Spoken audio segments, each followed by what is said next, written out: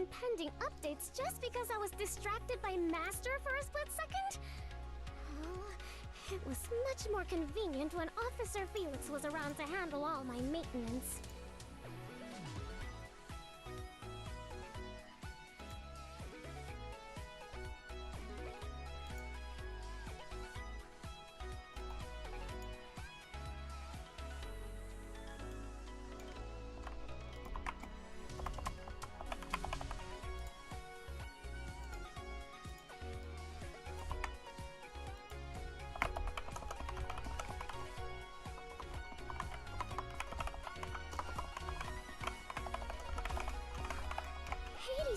Pending updates just because I was distracted by Master for a split second?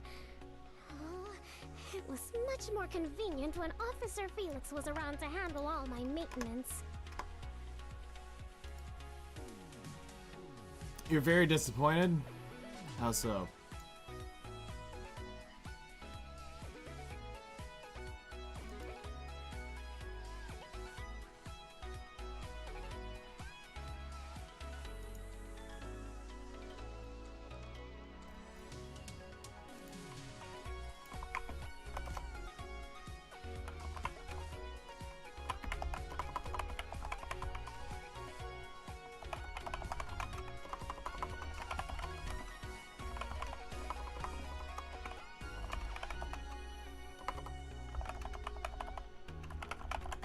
Can't even buy my own juice when I want to. I guess I'm still penniless, even as a king.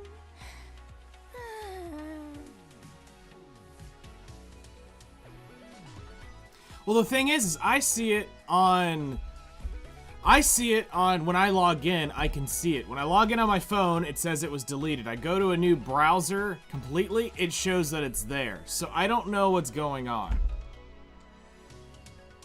So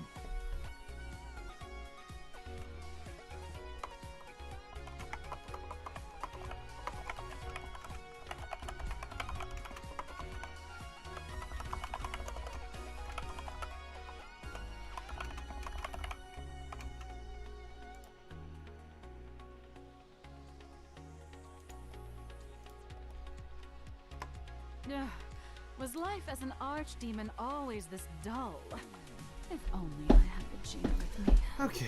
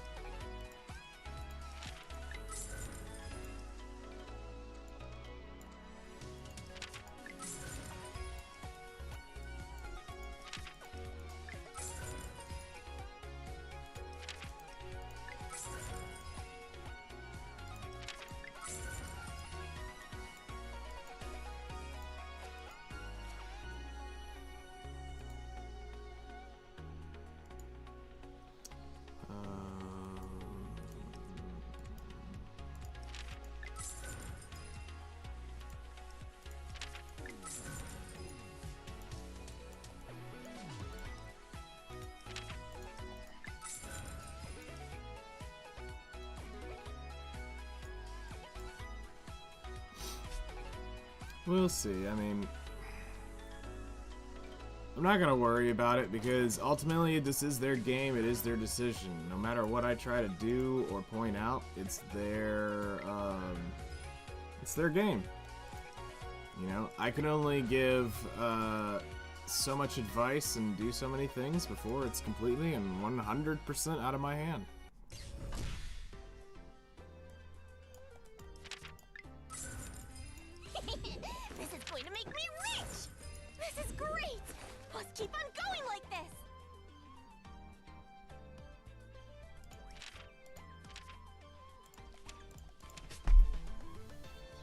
So, there's only so much I can do.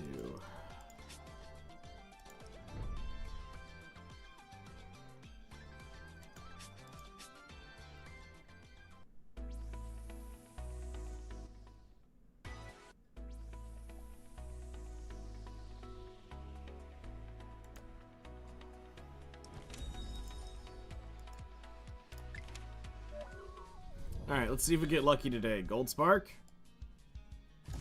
Not today.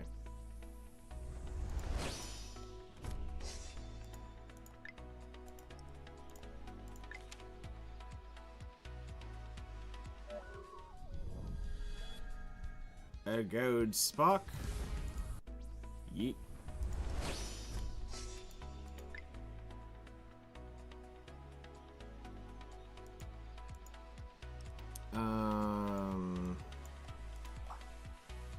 Yeet, why not? Do a random 10 pull. Pulls nothing. Let's go. Yep, told you. See? Called it. Oof. Ouch. That's brutal. Alright. That's pain. Oh well. Game. Alright, we'll collect those as we go. Alright. Let's go do our arena thing. Sweet ball.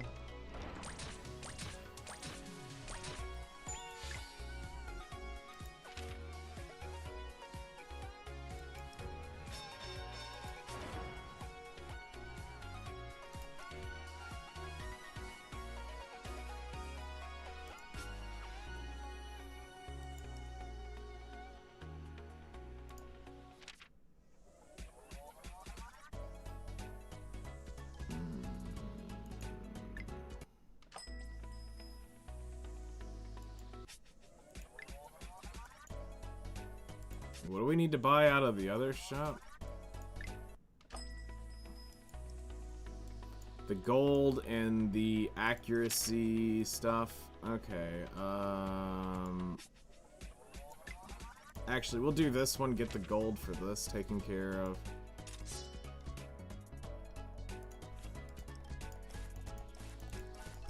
And we'll do the other one. Let's see here. Rate up units. Yeet. And yeet. Then find the 3 stars that we're trying to level up.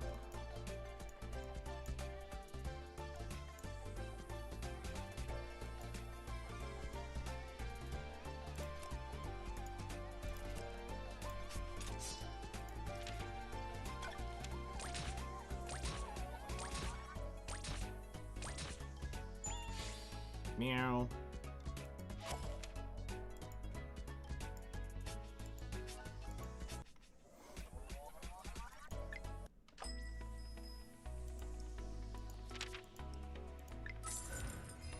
Alright, one more day of that.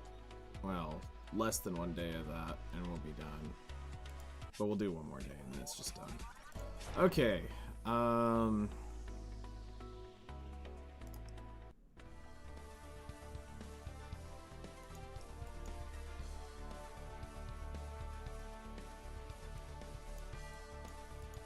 change the weather.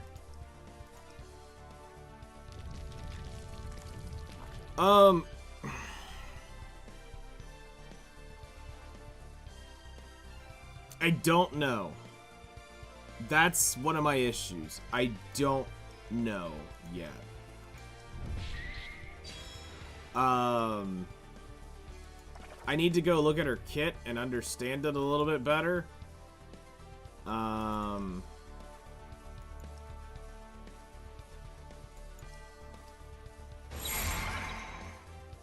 Only needs 4 stars. One of my issues is,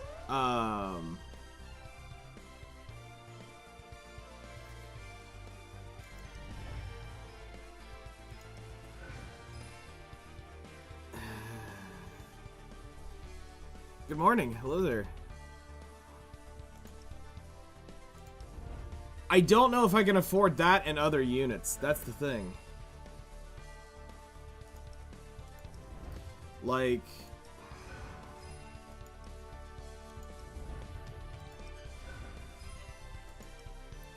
it's gonna be a gamble on if I can or can't. I mean,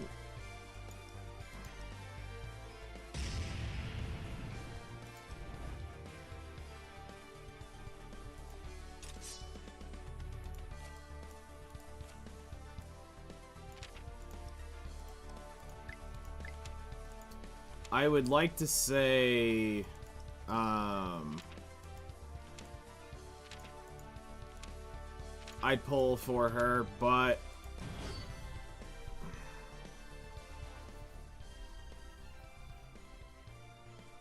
our time together is precious, so I'll wrap this up fast.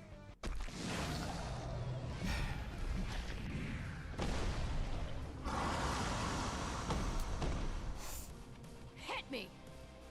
when we looked at the math, do I even still have the math? No, I have characters to gear.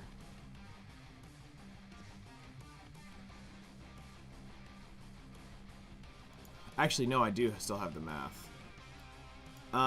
When we looked at it from this, in 1 month you can get 16,000 Aether. So if I go all of November, I can earn 16,000 Aether going completely through it with the monthly subscription. I can do it just off of that. So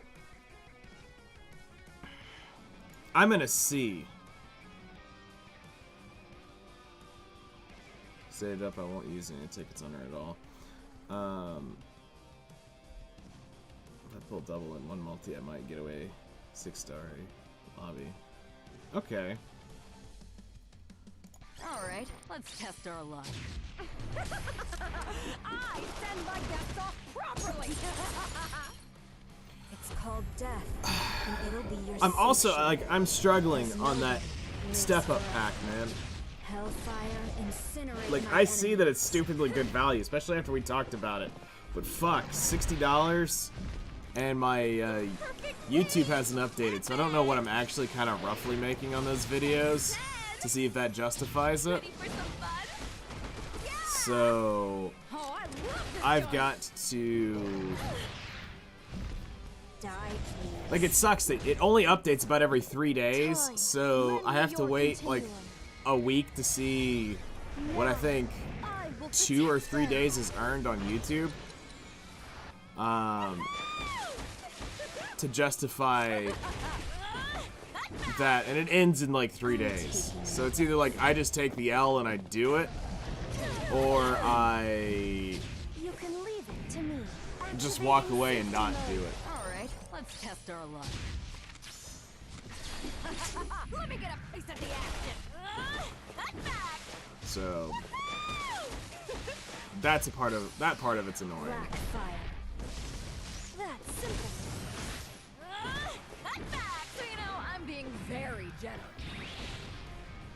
Like, I don't expect, like, from what I remember from, My side is the Reapers. May death yeah, but it's more I kind of also want that Ava costume. I have zero motivation. It's not that I'm really missing out, you're right, but it's like that Ava costume is cool. And we're blown to hell. Well, time to head back.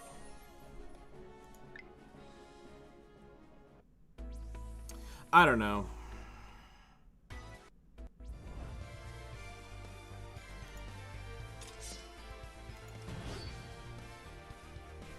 We'll see someday.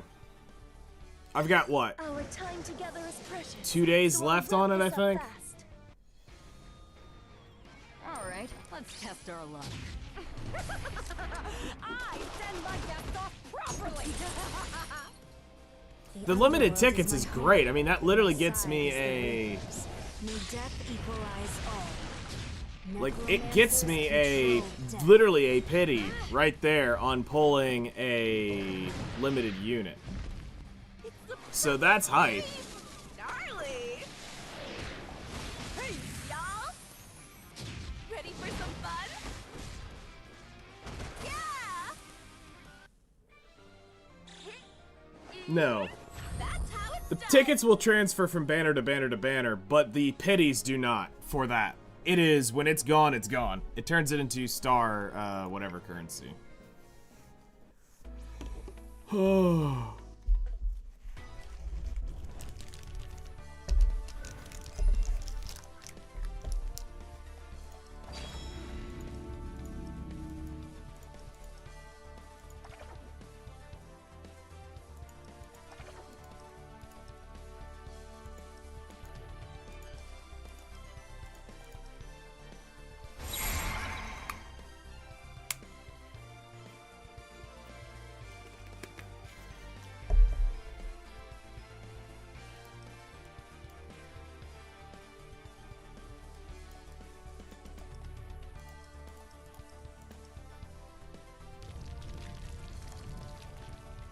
Alright.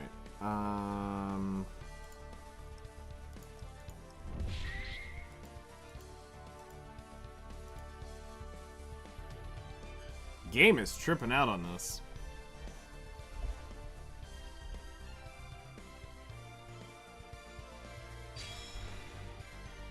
Yeah.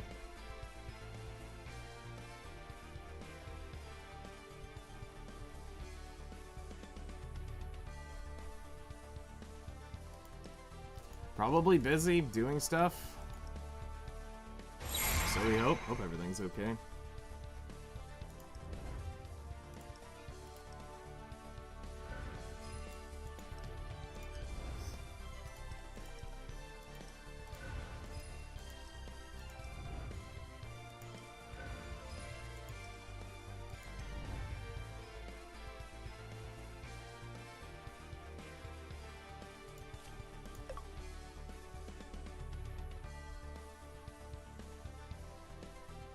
People don't have lives? I mean... No, we don't. We have anime waifus, and that's about it.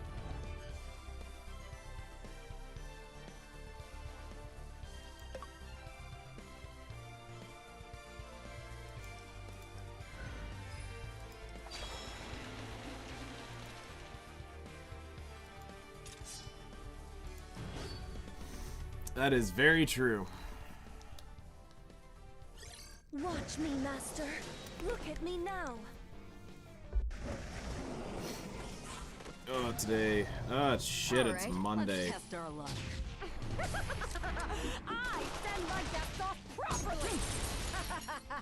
Eliminating enemies. Mondays. Oh well, at least it's Taco Tuesday Eve at least. Sanctuary. Because nobody. So I mean, that's positive. Necromancers control death. At least there's something positive this week. Watch this trick, epic! Gross. That's the only thing I actually got to look forward to this week. Everything else kind of sucks. Oh, I love this trick! Check this out! Alright. My curse is killed. Eliminate. Where do I would rather put my time into? The characters to get that annoying stuff over with, then push hard? Or push hard, then do characters? Come on, let's play! Probably push characters, then do hard. Hello there, how's it going? Die, please. You're doing good today. It's another day, ends in Y. Alright, That's for let's sure. test our luck. How are you doing today? Your day's going well. Get a piece of the action. We've got... What video we gotta do today?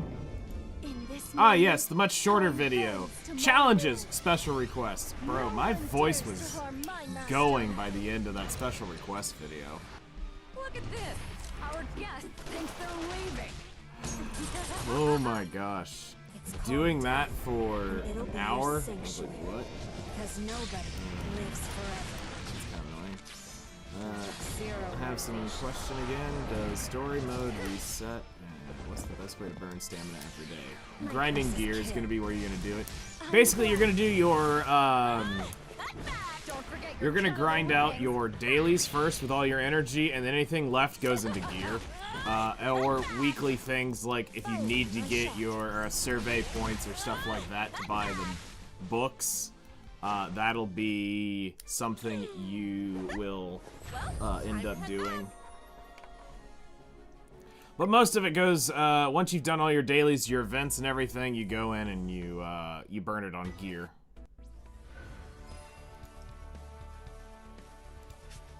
So, like, that's something that I'll eventually do, because I did it once for Epic 7, where I did the daily grind video. That one never was, like, super popular, because people don't really care. But it's there for those who do end up wanting it. It kind of, I walk you through, like, the daily grind, and it really doesn't take long to do, depending on what events you've got going on. So, yeah. But I think that's probably what they meant. where you go through and do those daily surveys. At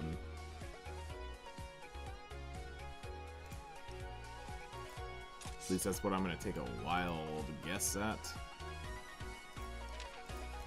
So, like, for me, I'm going to go through, we're going to do all my daily skips, and then we're going to go spend our time and efforts in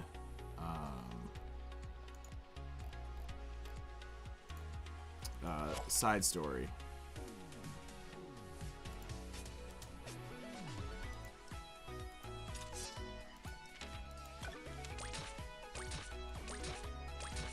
I think is what we're gonna do today, and try to get those cleared out as much as possible, because it's technically some of the least Aether we can get, but it's also some of the more annoying to get.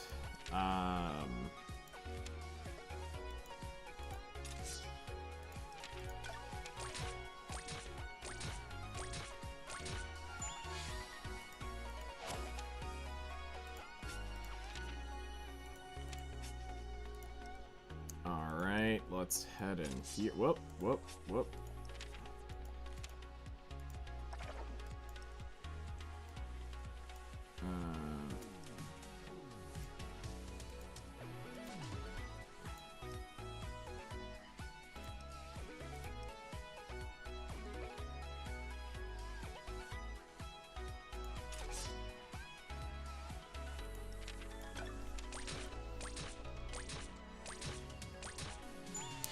600 Aether wasn't worth my time in Arena. Yeah, I mean, and that's the sad thing of Arena. Like, I get what the developer was saying. Like, I do. But it's not worth the current grind in that, for sure. Like...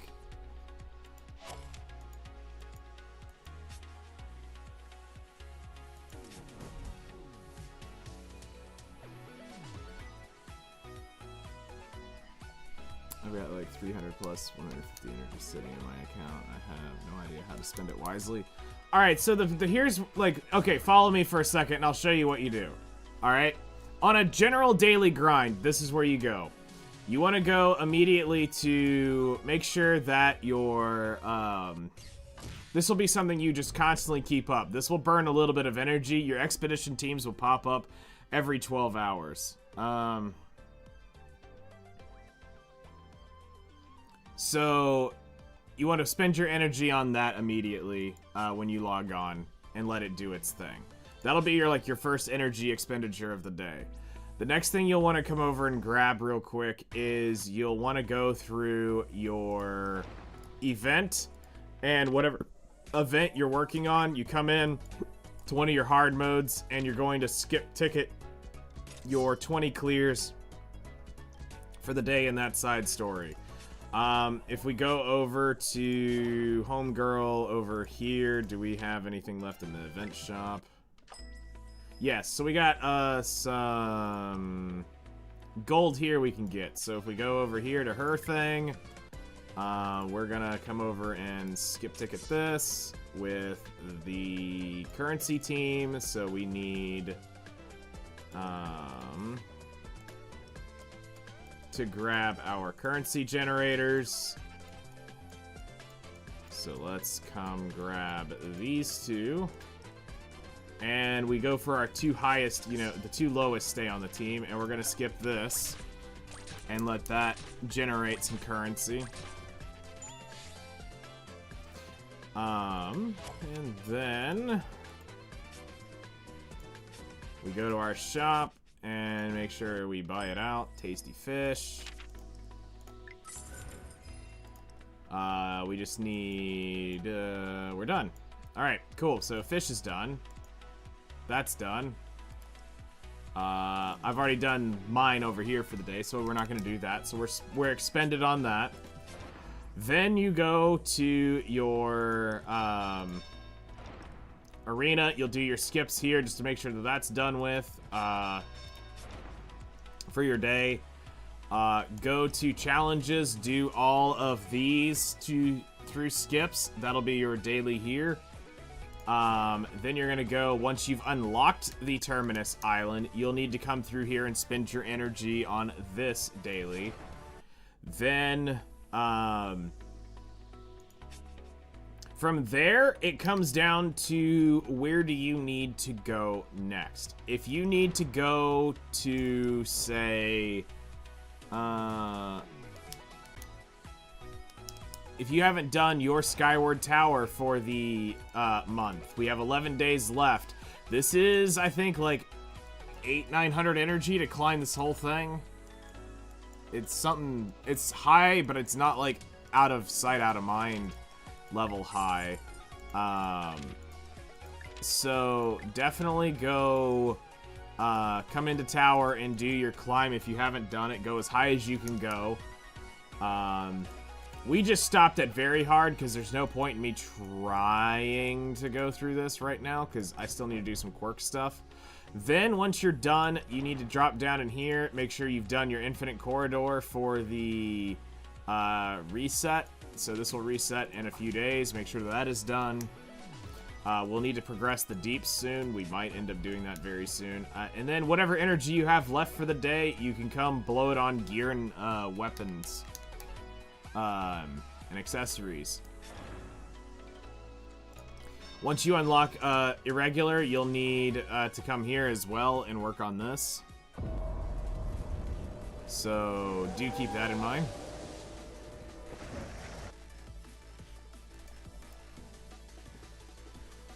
So at some point you'll need to come in here and work on this when you get ready. But this is not something you have to really worry about right now. Make sure you've gone through your side stories. You've probably pulled a bazillion units. So kind of this is what we're looking at. You need to go through and make sure that you've done all of these. Which we're gonna start working on. Because there's a butt ton of them. This is what happens when you pull a bunch of characters at once and you don't do anything. So, what we're gonna do is come in here in just a few minutes and take care of that. Also, make sure that you do have your survey hub points farmed up enough to at least buy the red book once a week. That's something you need to spend on. So always make sure you have the energy to buy that.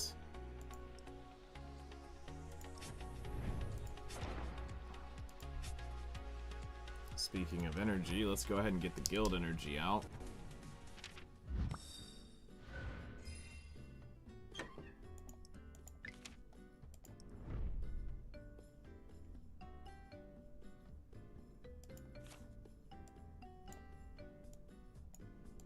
Weekly book, we'll take it.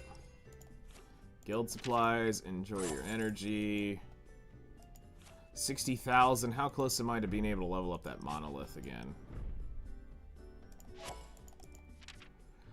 200,000. Alright, so we're just a little more than a quarter of the way there. Yeah, no worries. Always happy to help.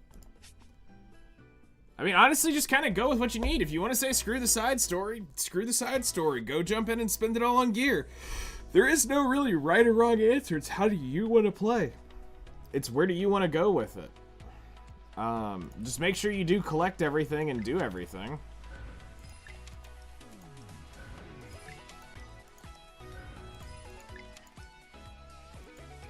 So, we will get her 5-star tomorrow. Awesome!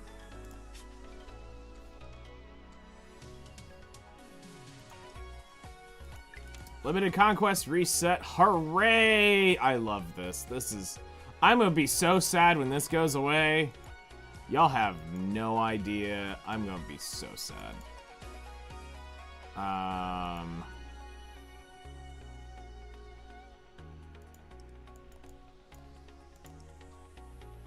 Let's go ahead and get the quirk out of the way, because I want to level that up, so we're going to pop that box. Help you? What do I need help you with? You need gear, you need advice. Do you need her to step on you? What type of help do we need?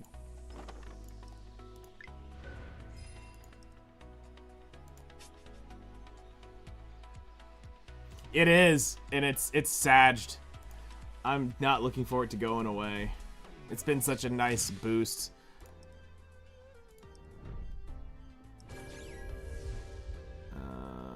What is a real attack multiplier? Attack or health? It's confusing because it's saying it uses health instead of attack, like cannon.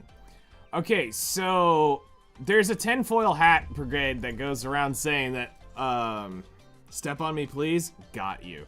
That is saying that attack is the far more valuable stat, but it comes down to you want to mix both of them, is what all I've noticed when playing with her. I'll show you mine, but mine is not the stats you want, but it's the,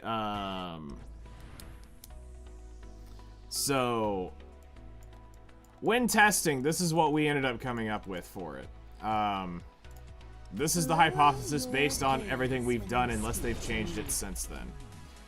Is the health is definitely valuable, but in terms of, like, priority, what you want is you need at least 2,000 to 2,500 attack for it to matter.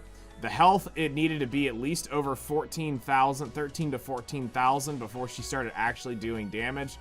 And crit damage was technically something we were fishing for. However, it was a lot harder to get the crit damage on her because you are having to split your stats between health, defense, attack. Of course, my defense is too high on this gear. It's the only thing I have to get her built. But you want to split somewhere between 2,500, like to somewhere around 3,000 attack was like the good range. Around 16,000 was like a really good spot to put her in terms of health. And then I was trying to reach 250 crit damage on the original swing of her. This is just the I'm gonna gear her and use her. Counterattack. This way, if she is getting hit, I want her to counter. I don't have any good gear for her. I don't have a sword for her. I gave it all up to other units. But this build will carry. You can use this, and it'll carry you through most of the early game PvE stuff that you need. This will clear. This build right here will go clear tower. It'll clear hard tower if you need to use her there. It'll do hard mode. It'll do just about anything that you need. This can actually do it. The issue is the sus crit and the crit damage, but, you know, I'd rather have the bulk to keep her alive, because that's kind of what she ends up doing. No. You do not want her on speed gear. You want her to do as many attacks as possible, and the reason why is because it's an AoE skill. Now, while it doesn't generate the resource when she counters, it will still attack all AoE, and that is still huge for you as well.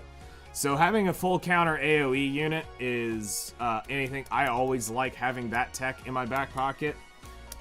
So if she gets hit, she full counters. Or, well, has a chance to counter, because, let's be real, it's not guaranteed. But she is guaranteed to counter off of the passive if any of that stuff trips. So she will actually do the revenge where she'll counter off. But I prefer having her on counter. Speed isn't really important on her. You gonna farm the new frame they added last week? I didn't even know they added a frame. Dude, I literally have not actually, like, I logged in to play, the only time I logged in to play Outerplane in the last 10 months was to join the guild that Forsaken was in. That was the last time I logged on Warframe. I'm gonna be real, I haven't logged on in a hot minute. And I'm normally not big hype for brand new frames. Like, they're normally not anything I'm interested in. Plus, I'm still salty over the little on D-Stella with 6,500 attack, 300,000 HP. The real game starts now. I'm assuming you mean 30,000 HP. Spins with my permission. What should on I offensive change gear. first? Dude, nobody's asking about PvP stuff. Nobody gives a shit about playing this with PvP. Most players are going to want to use this PvE in the beginning. And we had, back when we had the damage calculator, HP did matter more. It was the soft balance of attack. It was a soft, like I said, it's a weird bracket of attack on her because you have to get the balance between attack, health, crit chance, crit damage on her. You said one-shot offensive rangers. Even rangers in offensive gear. That means PvP, right? Or are you physically talking about the class? Now, what should I do with you? Very hard to Should tower. I make you D crawl Stella on all has those fours and stats. kiss my feet for the rest of your life? So you're judging.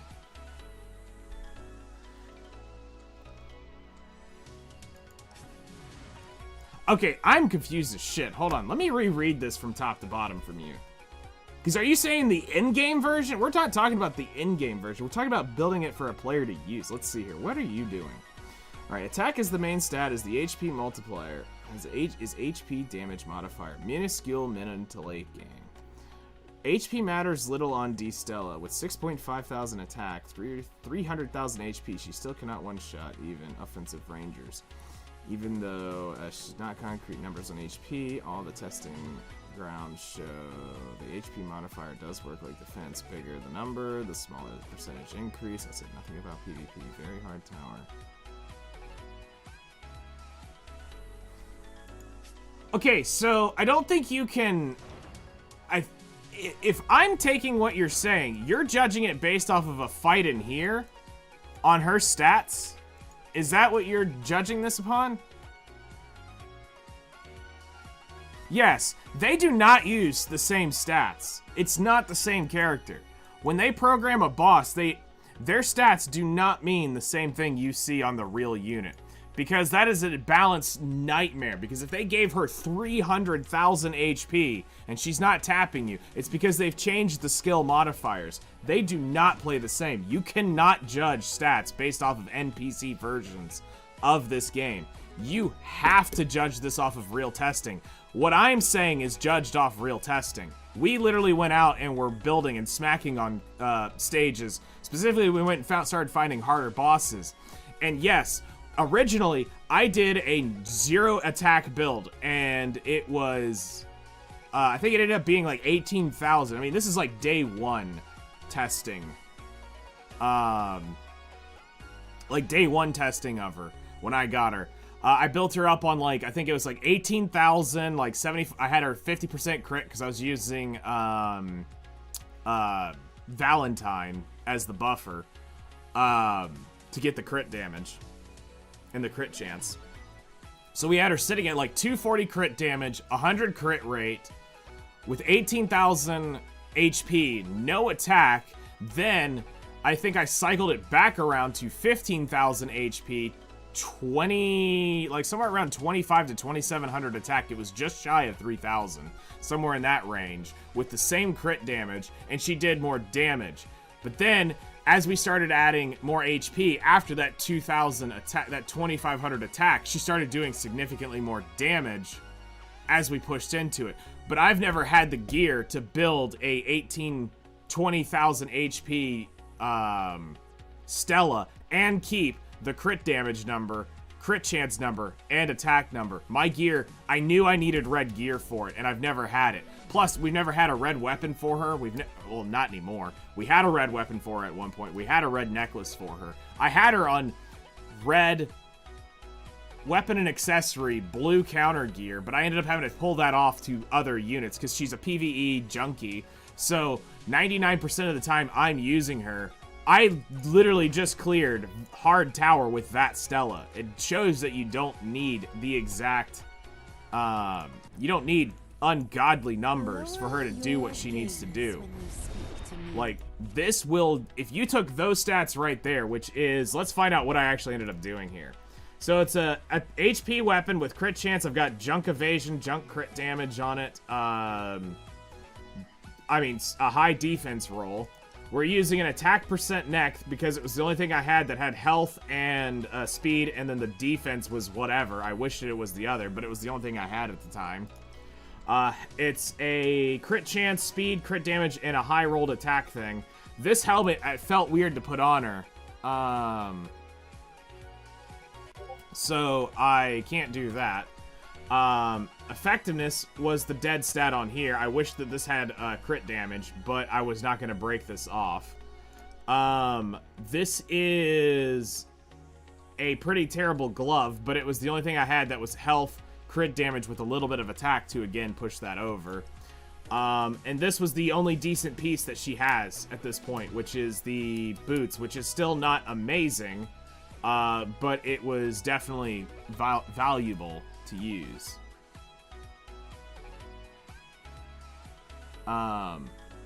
So it has every damn status. It's fucking crazy. Interesting. That's pretty cool. I might have to log in and check it out at some point, dude. So to judge this off of an NPC is not smart. You don't judge any character off of an NPC. Because they go in and they do modify the multipliers of the skills. So that, because if they did make a tanky 300,000 HP unit, with that being able to tap you with 300,000 HP, it would one-shot every unit in the game. So they dial back the skill multipliers in the data set so that there's an NPC version coded and a non-NPC version, the player version. And the player version is tuned way different than an NPC. Yes, they're going to function roughly the same. They're going to have the same type of tech built into them, but they're not going to actually have the one-for-one skill ratio. So to actually use that as a judgment is not something of how you want to state anything in the game when it comes to balance. Like, I would be very cautious with giving advice based off of an NPC. And if you've played the game based off an NPC, I'd be very careful of that. Because that's not how it actually worked in the real world. It's because D-Stella has damage increased proportional to health, but it's not what you want because it means you need both health and attack function properly, so the counter is the real best option. Yes, I have always enjoyed the counter on her. I know we have looked at the sauce of building her on a pure HP set, but again, you don't really want to do that. I don't want to build her on an attack set either. I don't want to have extremely high attack because I still want the bulk for her to take hits. The whole point of this kind of idea is to get her to be the tanky damage counter and constantly using the skill 1 as much as possible when hit. Because that's been the part that has carried me, especially early on in Tower, where we were struggling. It eventually came down to Stella versus units, and by being able to do the burn, which gives you the barrier, she could do enough damage to keep the barrier up. They couldn't damage the barrier completely, or they would lightly chip into her HP. We could cycle her back around. She would take a turn, keep the barrier up, and I could sit there and I could whittle down those tower stages with just Stella in the end and finish it off. So without the counter, we're not getting the extra chance of that. Without the counter, we're not getting the extra damage. Without the actual stats, we're not going to be able to make the barrier as good. So that's where it has to be a balance. If you want the thing to be a nuke and be a glass cannon, there is another way to build it. But you're not trying to build a glass cannon unit out of her. You don't want her to pop instantly. And that's where I got confused with Urine over here, or Zurin. Actually, however you say that, I actually don't really know. Is when you said a ranger, I couldn't fathom how that was not PvP. Considering that damage modifier stack additively, you will have a hard time calculating HP modifier, if not impossible. Quirks add the damage modifier, like light units where interfere with calculations. Crit damage will interfere with calculations. So the damage calculator originally was pretty accurate. We ended up, so there was a early calculator that we were using in testing Noah. We ended up getting her 1-to-1. Of whatever it said on the damage calculator, we were able to get her mathematically the same. So when I hit a unit within the defense range of whatever it was, I could get the exact number that would show up on the damage calculator. It's not possible. You just got to be good at math, and you got to know all their data. You have to know all their modifiers. Without data mining the game, you're not going to know that. I'm not going to do that. Somebody else can do it. But if you can data mine the game, you can get all the multipliers, you can get all this information. This is all mathematical probability stuff. It's all possible. Yeah, it wasn't, but it would still be easy to do. You would just need to have a quirk page added into it, and it filters that in to the damage stats, because that's how it would be worked. So you would have to have, a quirk setup in a damage calculator to input the exact stats that you're getting added into here. And then it would multiply too. So it would be possible. It's just, it's a lot of numbers in the back end that have to be made. And you have to know, literally, every skill multiplier of every unit, every damage skill, every defense, you know, all that stuff. And it could be 100% plausible. The easiest way to do it is to get the data for all the units, not the enemies, and then just make a training dummy enemy that you can enter the exact stats you want it to have. The accuracy stat, you can enter the accuracy stat, the evasion stat, the defense stat, the HP stat, and you can see what that thing is going to be, what you're going to be hitting it against, so you know the EHP of a unit. You would need this page. You would need actually all of the quirk pages added into it so that you can say, oh, I have this, so it's increasing damage dealt to this. Is it an earth enemy? So you would have to have all of that. It's not impossible, it's just annoying, is really what it is. Get those numbers and this can be calculated. I wish we had the original one. That would have been great. Because then we at least had a base point to start from. Because it worked. But nobody's playing the game that would data mine it. So if there's anybody out there, I'm not telling you to do it. Because it's technically against terms of service, but... you know. If the information just happened to hit out there, nobody's going to be upset. You get what I'm saying?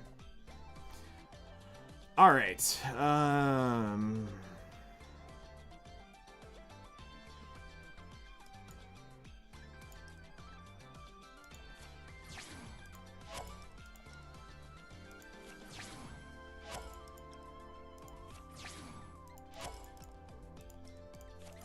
Alright, strikers are done.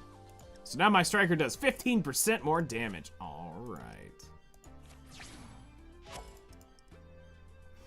Cool. Mages are almost done, and then I think I'm going to go healer next. This is going to be the next one I'm going to jump back into.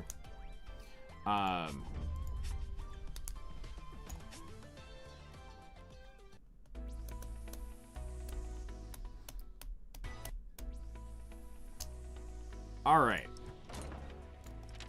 Guild energy. So let's jump into some side story blast throughs. We're going to go old school, I think, today on speed of these, so let's jump in. The same people have been farming him non-stop. Interesting.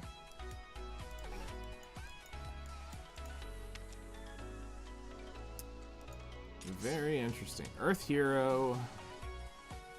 What is the character I'm farming? I'm gonna need a defender.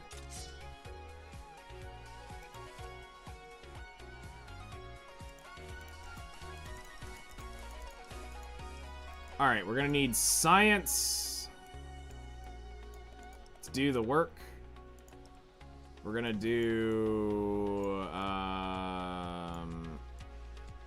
Scotty to do something different so that we're not just using Valentine, although I prefer Valentine. So let's grab Valentine. And then we said we're gonna need a Knight Defender, so we're gonna put Kappa there just so that we have her. And we need one more AoE unit to make this go fast.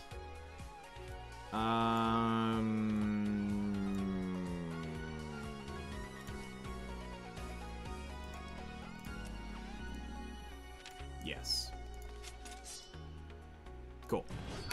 AoE out the butt.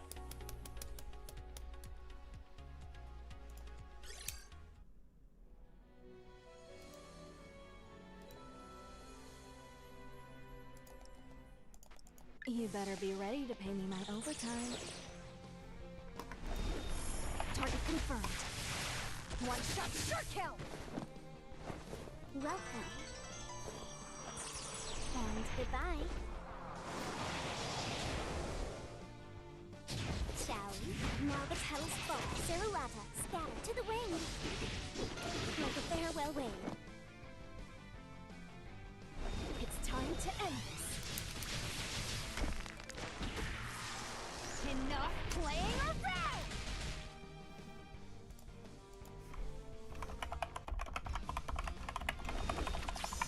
My thoughts exactly. Small fun spotted. All clear. A hop and a skip.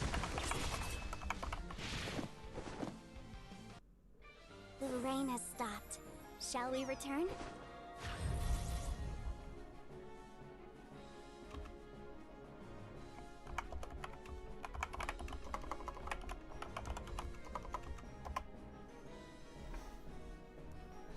In Arena for years shows D Stella works better on full attack builds and have other sources to defend it from first hit.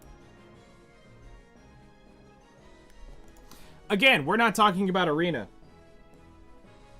This isn't something you're going to really use in Arena. We're not telling him to use it in Arena. She's a PvE queen. Like, what you're arguing doesn't make sense. And I'm going to tell you why it doesn't make sense. Because I literally just beat Hard Tower using that D Stella right there that does not have anything that you're talking about. It doesn't have super high attack. I mean, yeah, 3,000, what, 5,000, something like 3,500 attack is a little bit higher, but it was the only thing I had on her. And I was able to use her to beat most of those fights she was used for. In almost every single one, it was either her. I would normally carry Stella through most of those fights.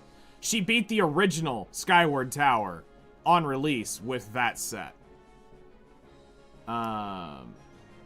In mid to late game. Dude, we're not talking... There's not a single mid to late game player in here, probably other than you. I'm gonna be real. Maybe Fading Light would count as one. Most players that are in here are probably newer players. I'm gonna be 100% real. 80% of my audience is new. They're not worried about that. They're worried about staying playing the game for the next 2 months. They're not worried about are they gonna be able to clear in-game PvP. Or be able to beat the hardest tower in the first month. It's not gonna happen. They're not gonna have all that gear. Great, we got one more. I like it. Keep showing up. We need y'all. But most of the audience that does end up watching are new players. That is the unfortunate thing. That is something I noticed with Epic 7. When you do 90% new player content, that's 90% of your audience. You're a late game player? Okay. So we got 3. Alright. For early game, sure, she is a queen, but need not delusion people from pulling more than 1 to 2 times.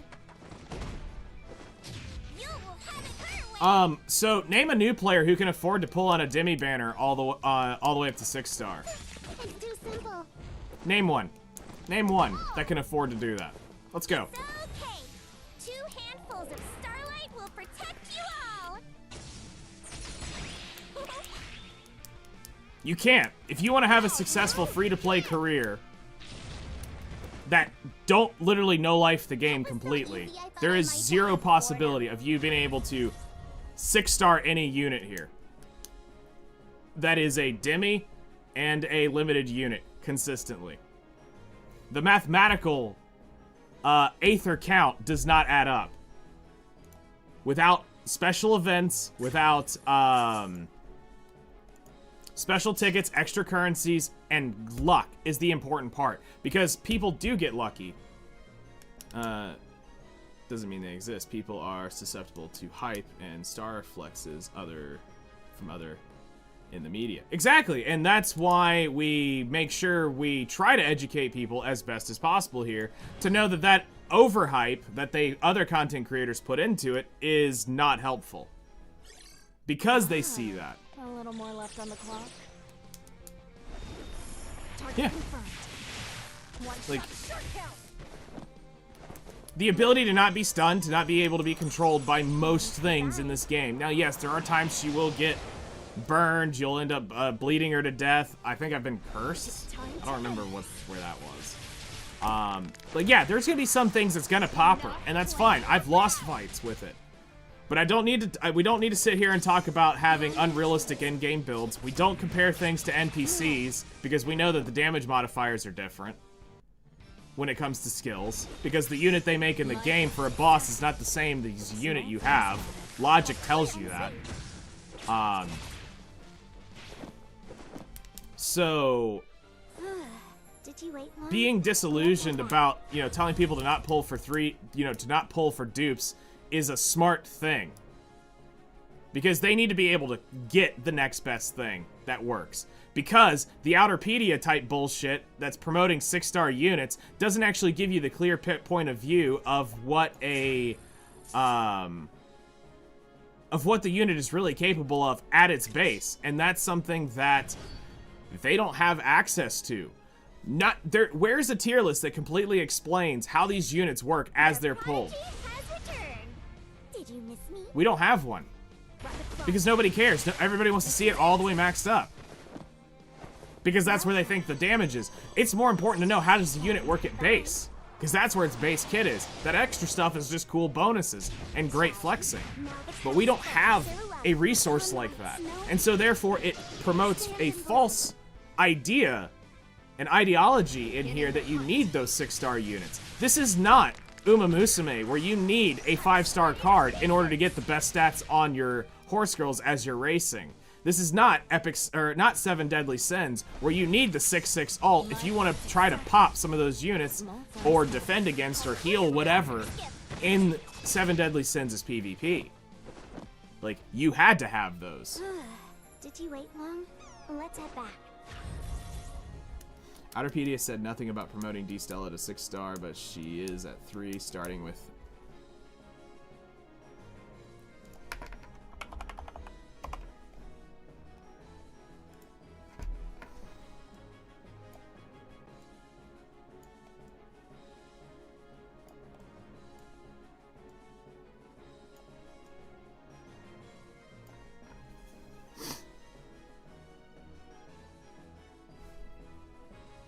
That's fucking shit right there. So when a new player looks at this list... Oh, we don't look at the guide. I don't look at any of their guides. I'm not there for their guides. This is just the resource that everybody wants to ask for, is this. The number one thing somebody comes and asks me for is, what's the tier list for the units? And I tell them, don't go look at this, because that's what's up there. But this is what they look at, and this is literally what I'm dealing with in my YouTube comments daily. Is somebody comes in and they talk about this, and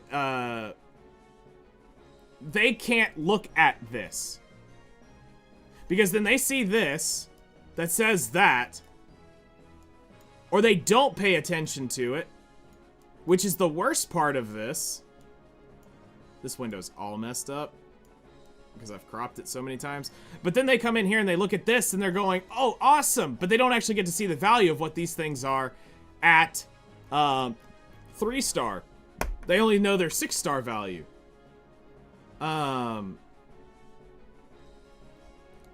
Which I would be quite interested to see the exact opposite of what this would happen if you rated this completely as a 3-star kit. You assumed the exclusive equipment's cool. I can give you that.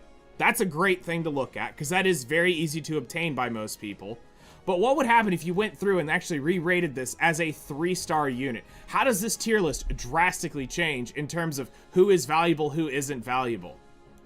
Because what I hate for is a new player to come in and look at this stuff, and they see this shit, and they don't realize that some of these units are literally completely 100% designed to have to be used at their 6th star, or they're not going to get the actual value of it, of why they're rating this as this thing. Because there are a group of people, it's not many, but there is a small percentage who do not read. They come in, they look at this, they see the shiny picture, they match picture to unit, and they go pull it, and then they come back to my comments and wonder why it's not doing what this thing rated it as. Why is it not that great that this unit down here, whatever it is better performing than this unit here? Then I have to go explain them that this has this lovely thing up here that is bullshit for anybody that is a new player to have to deal with, because nobody can afford to do this on 40, 50 units. That's impossible. Without, like, CEO level luck, which I know a few people who have that. You have infinite pockets, or you have to pick and choose, and you're not going to have all the units. They're not going to do it. I guarantee you they're not going to do it because their ratings are already done. All those units are already pulled. They already are maxed out. The people who do have that information, that have gone through the testing drills, are going to do that. I know what it takes to make a real tier list, and it's terrifying at how much time and data has to go into making one of these things, outside of the I feel penis type thing, because it happens all the time with them. With people who make tier lists, it's the I feel, I think, and that instantly ruins it. Like, you have to mathematically prove that these units actually do what they do, because there is a slight science, I'm going to use science loosely here, to this, of do they perform, what do they do, how do their damage numbers compare, what does their kit provide, if they're not providing damage, what are they providing sort, buffing wise, and stuff like that. And the overall utility. Do other units provide better utility? But when you get a content creator that goes out and says that Eternal is worse than Tamamo no Mei, and you're telling that out there to your masses, and you're sitting there going, what the hell? They're two different units. One's not better than the other. That's like saying that a green tomato is better than a red tomato. You know, it would be that. It's a, those are two different things. One's going to be bitter and one's going to be sweet. It's a totally different thing. Or sometimes some of these comparisons are, that's an orange, that's a kiwi, dude. Those are, you're not even in the ballpark. It's not even a tangerine. Like, we could slightly argue that one. But sometimes people get into those arguments in these tier lists that truly outrate a unit, and you can't do that because it's two totally different types of units that serve two totally different functions. Look at each unit independently. Another thing that we saw with when I made the 7 Deadly Sins tier list, this one pissed so many people off in the community when I made it because we looked at the unit as it was. We didn't look at a unit doing its sauce to make that unit do its thing. We didn't look at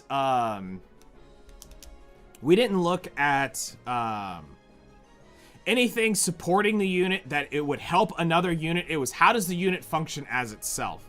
What does it provide to the overall team if it's being used? Not what somebody else is helping it do. Because if it doesn't have that unit, it can't perform. So it needs to be able to perform as it is. So, like, just as an example, if we came in here to Dahlia, alright, just picking on her, because it's the first unit that was there to click on, we would have to look at this from each one of her skills, okay, cool.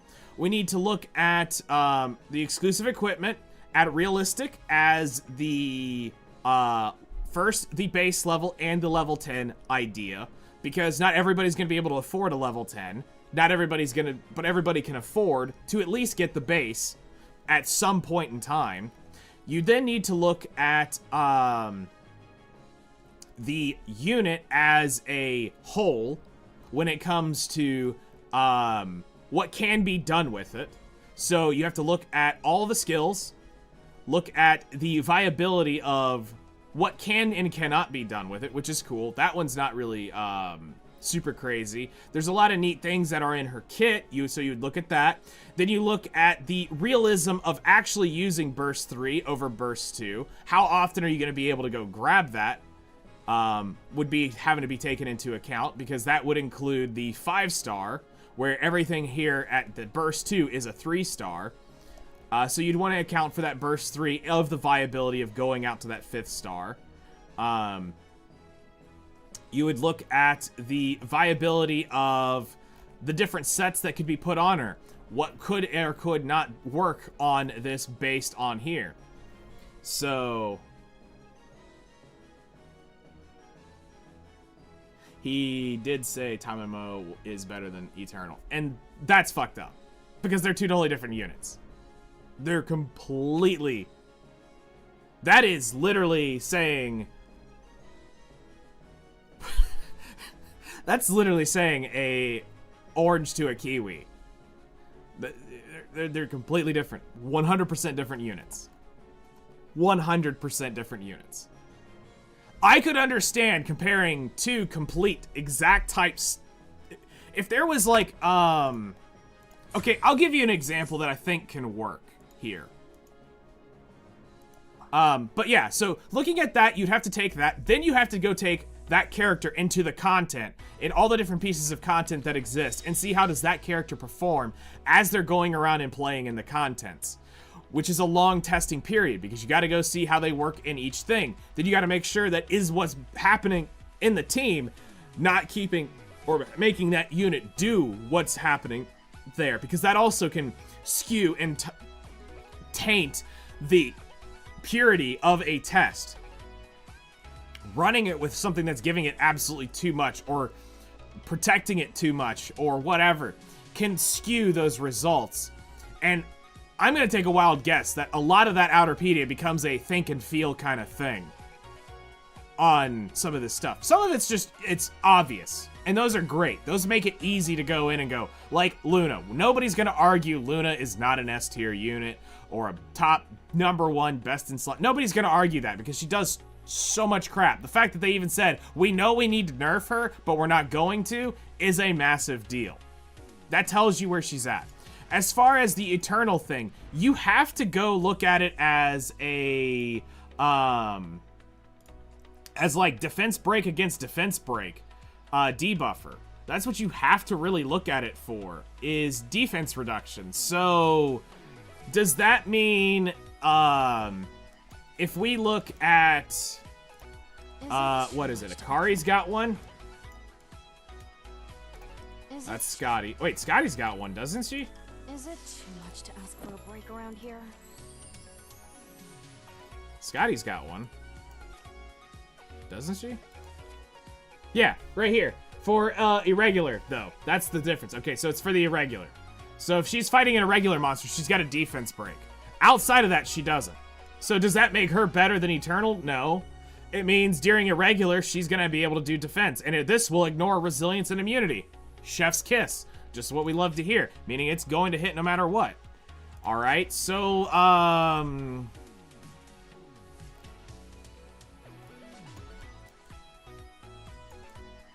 now I'm image surfing. All right, I'll follow you anywhere. Here you go.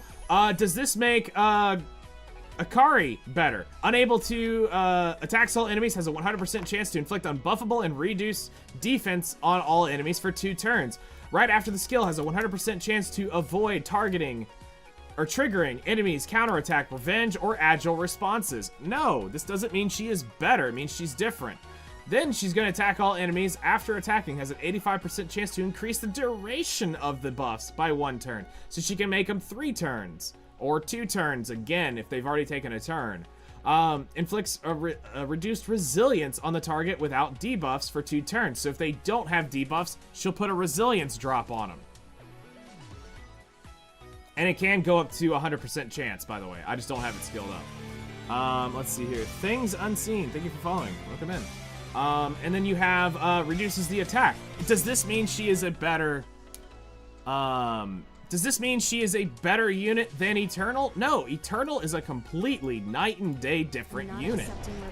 That's just stupidity. I hate to say it, to be able to say this is different than somebody else, because this is a completely 100% functioning different unit.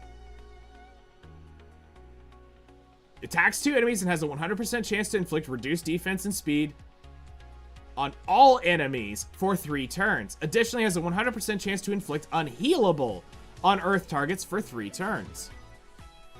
Then she has, with her exclusive equipment, the ability to take an immediate second attack and strip 2 buffs away. Okay, that's a great thing.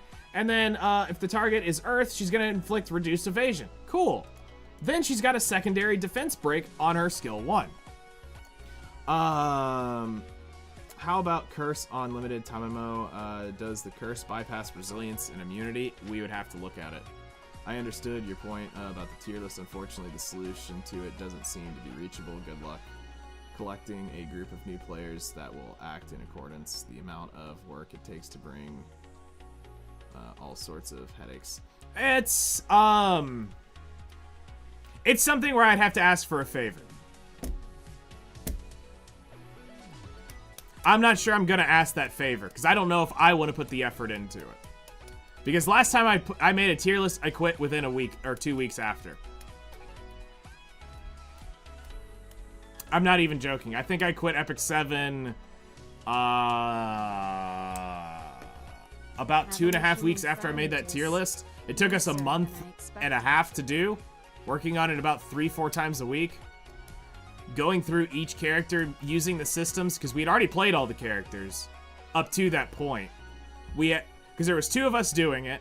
We both had to be in a unanimous decision on the result that was going into the tier list. And it was monstrous at what we had done.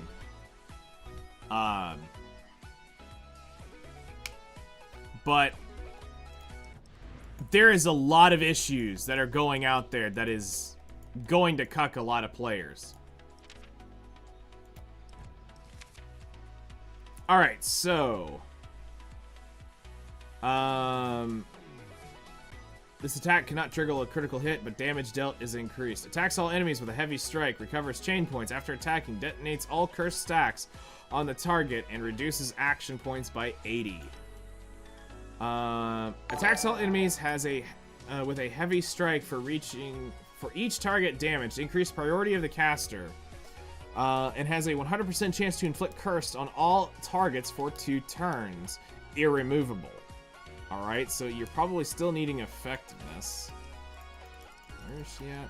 She has 120 effectiveness at 6. Alright, and then has attacks an enemy with a heavy strike, has an 80% chance to inflict curse on the target for 2 turns, irremovable. Targets all enemies, resets all cooldowns of the caster's extra turn. 300 action points. Holy shit.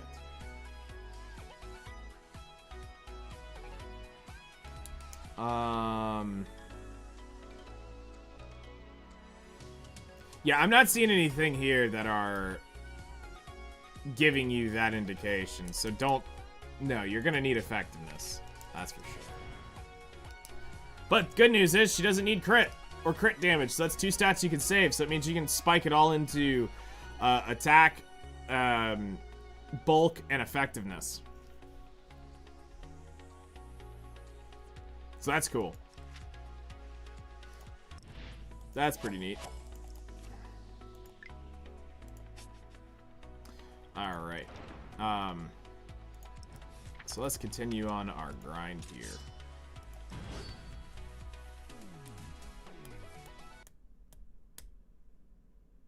Doubles the effectiveness. Yeah. A little more left on the clock. That's what I would assume. Because we looked at that a while back, and I was like, I'm pretty sure that's the effectiveness one. But that's still not. I wouldn't go 6-starring that shit. I'd pull it. I'd use it maybe at 4-star at best, and I'd walk away. I'm not chasing 100 effectiveness for. I'm not gonna chase 100 effectiveness for the potential of spending $600-800.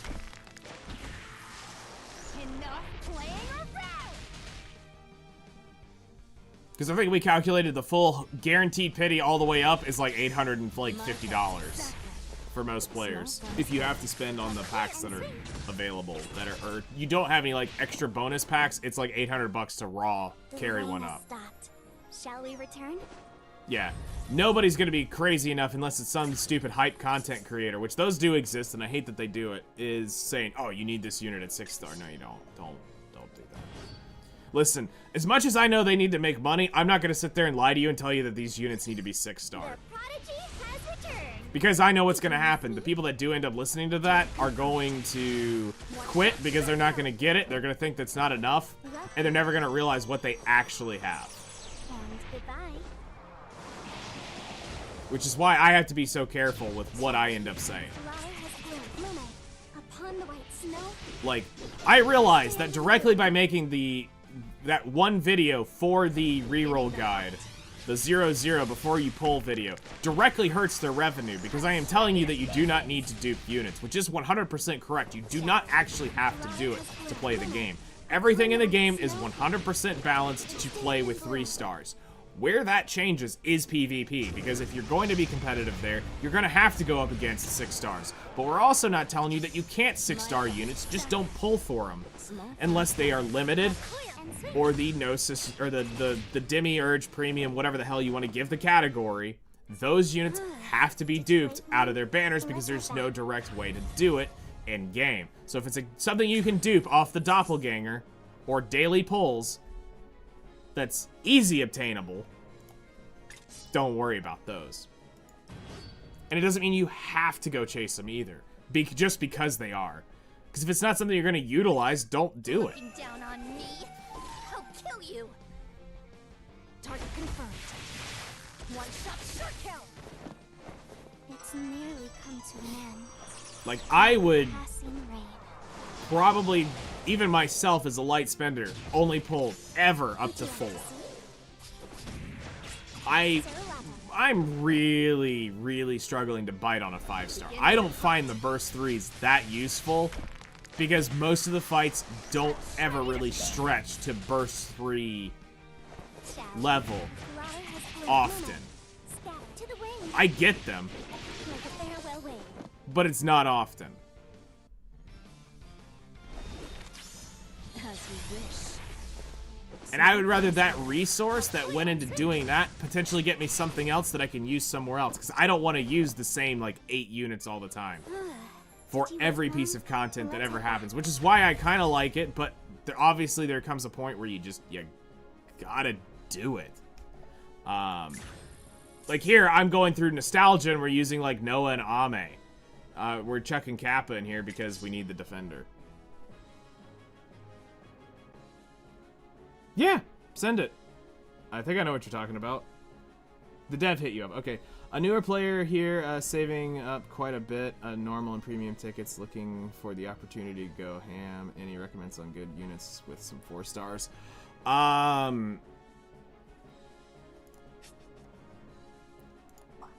As far as I can tell, the ones that you're gonna want to chase, and if you're gonna go 4-star, you'll want to look at Gnosis Dahlia as a true limited unit. If she reruns, you're gonna want to probably grab a 4-star of that.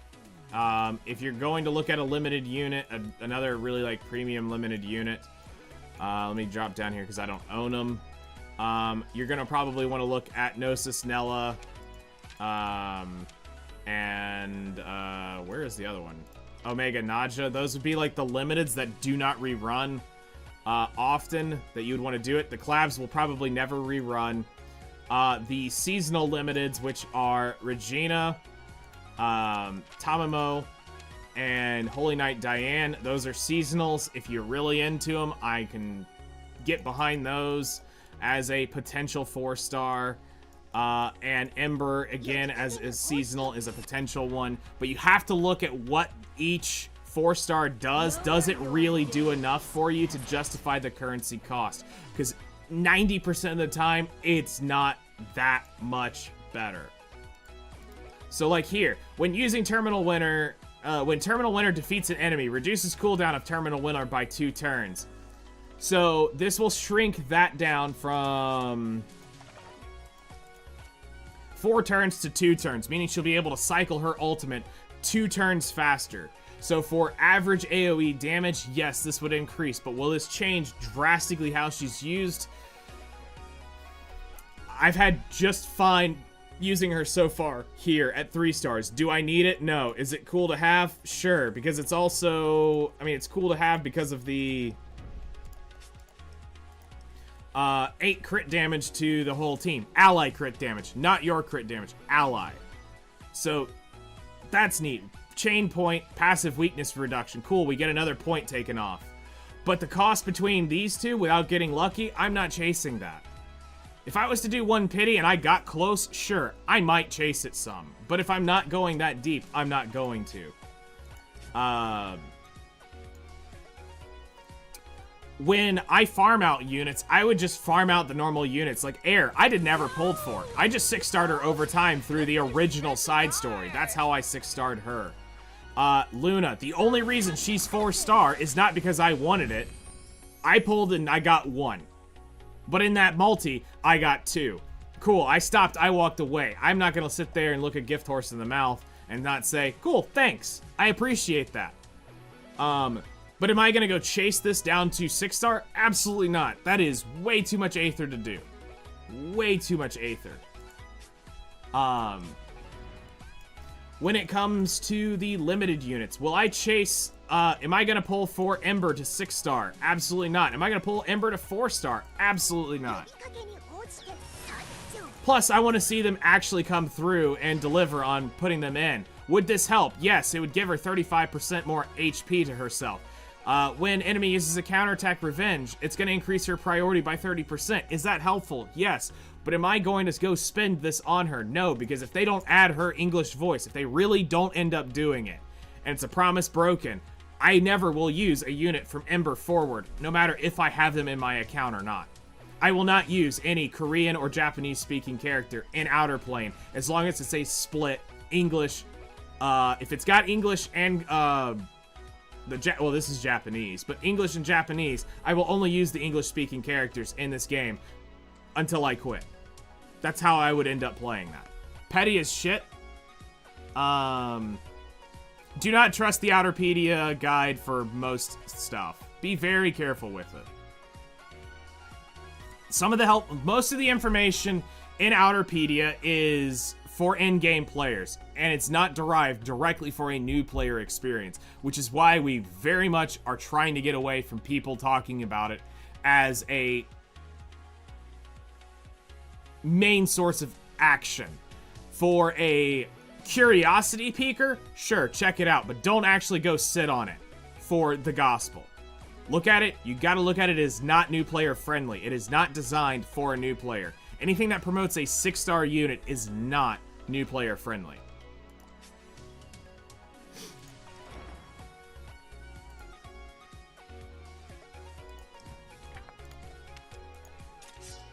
So be very careful of guides like that. Because they're also the type of people who will promote to do it. They will try to overhype it. Not a single one of them do you actually need. It's more, do you want it or not? That's what the realism comes down to. Because the kit will fully do whatever you want it to do in PvE, which is 98% of this game. The 2% is PvP, and the reward in PvP is not worth. Climbing to the very top of this thing is not worth. The amount of effort and struggle and what is involved in it to get the reward that you're going to get is not worth. It's a bragging right that most shouldn't care about. Yeah, no problem.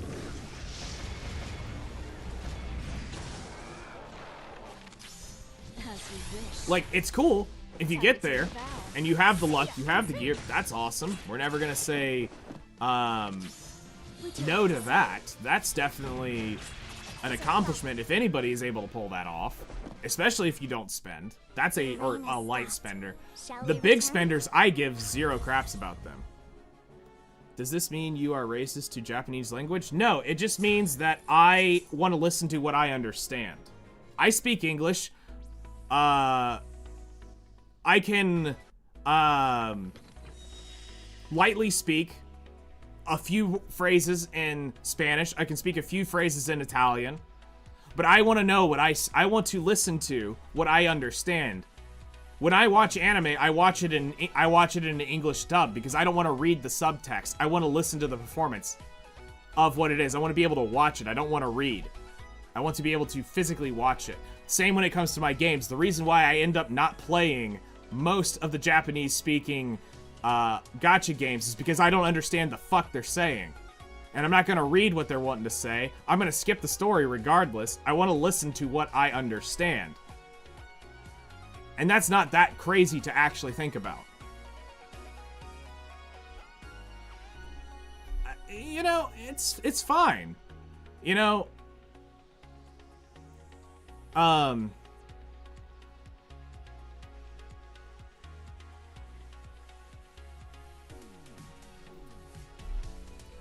thankfully, I have this wonderful thing right here that if I ever need it, I can go to Grok and I can type in whatever I need to say, and I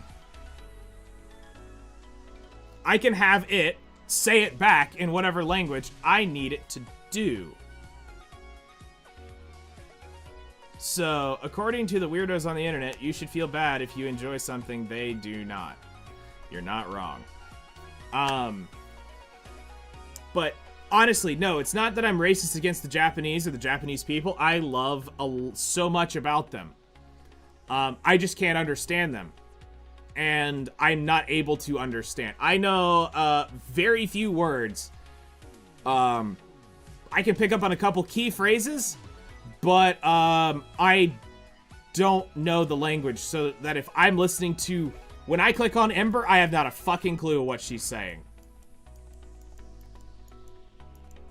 Let's click on her. The fuck did she just say? I have no idea. I do not understand that. Why do I get no enjoyment out of hearing that. So, as somebody who would have wanted to spend on her, imagine knowing that this unit is now an S-tier unit and she speaks Japanese. I can't understand a damn thing she says, but guess what? I can come over here. Lower your gaze. Lower your gaze. I can hear exactly what she says. I know exactly what she just said. I grew up in a... I'll give you guys a little bit of my backstory in school. In 9th grade, I was supposed to take Spanish. 9th grade, my mother ended up having double staph infection, nearly died twice during my 9th grade year when she promised we were going to learn it together because I didn't want to learn a second language at all, but it was required by the curriculum to learn a second language. And when I ended up doing it, I had to go through Spanish by myself. Now, yes, did I come out with a 4.0 at the end of that specific semester for it? Yes. But when it comes to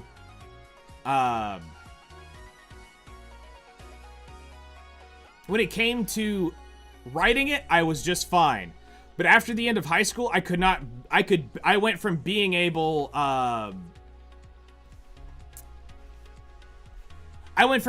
to lightly speak it to barely understanding it. Now, I have a few people that I can converse with a little bit. And so I can obviously come out and say, hola, ¿cómo estás? Or ¿cómo están? Depending on who I'm talking with.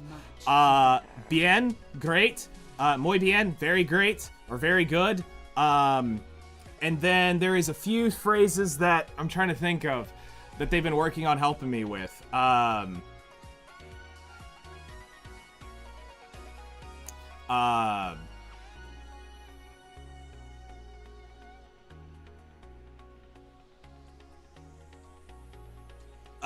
Darn, it slipped me. It was a follow-up to the conversation. Hey, that's my language? Yeah, sorry, I butcher it.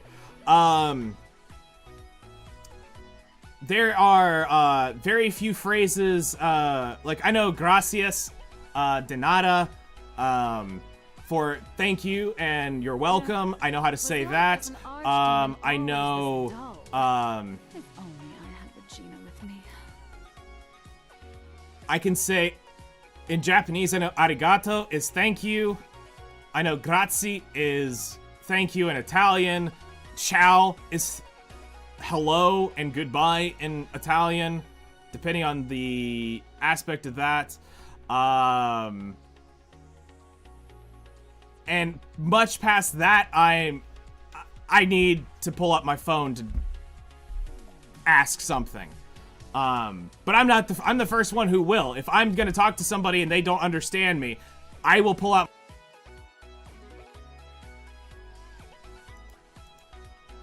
Let's see here. Let's catch up.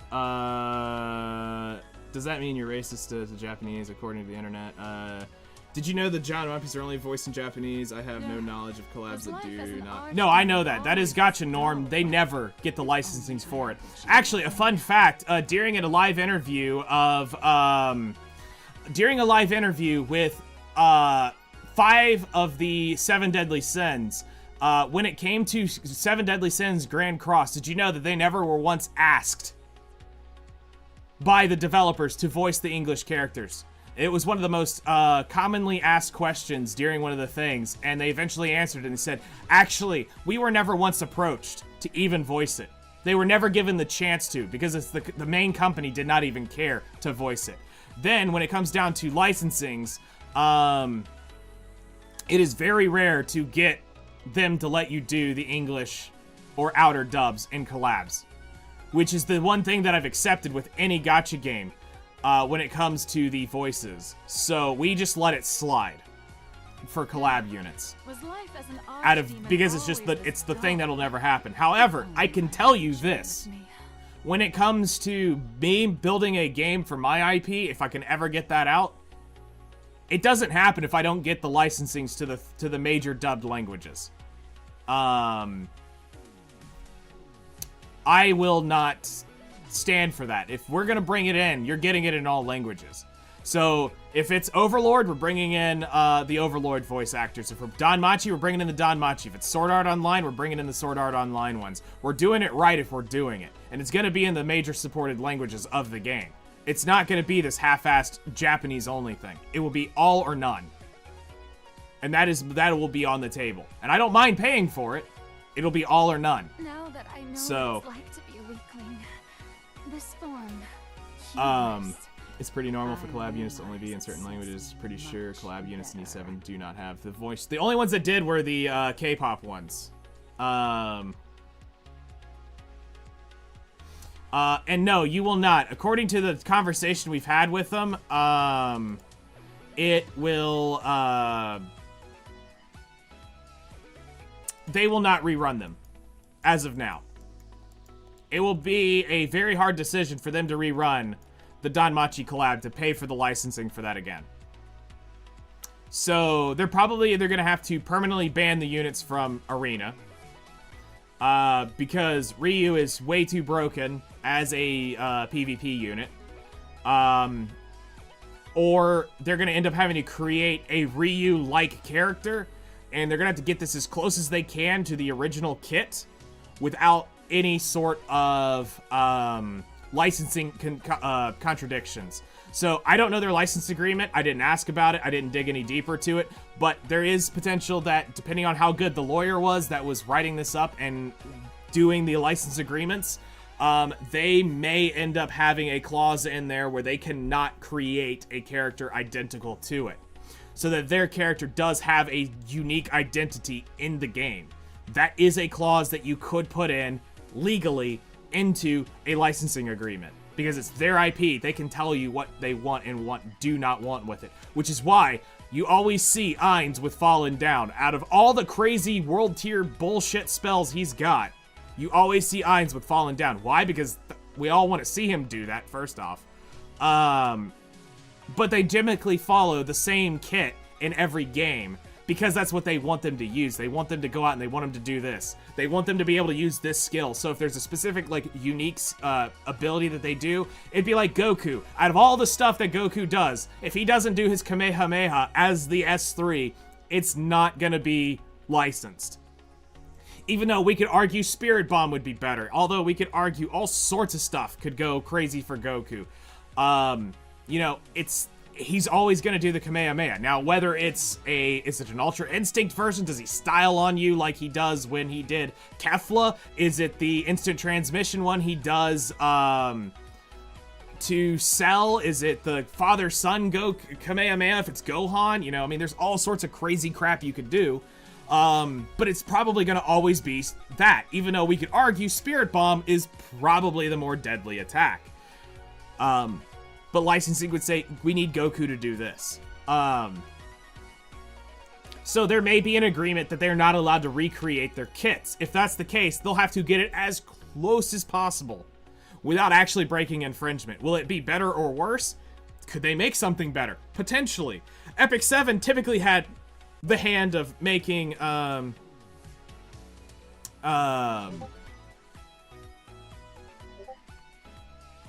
so I would probably state that,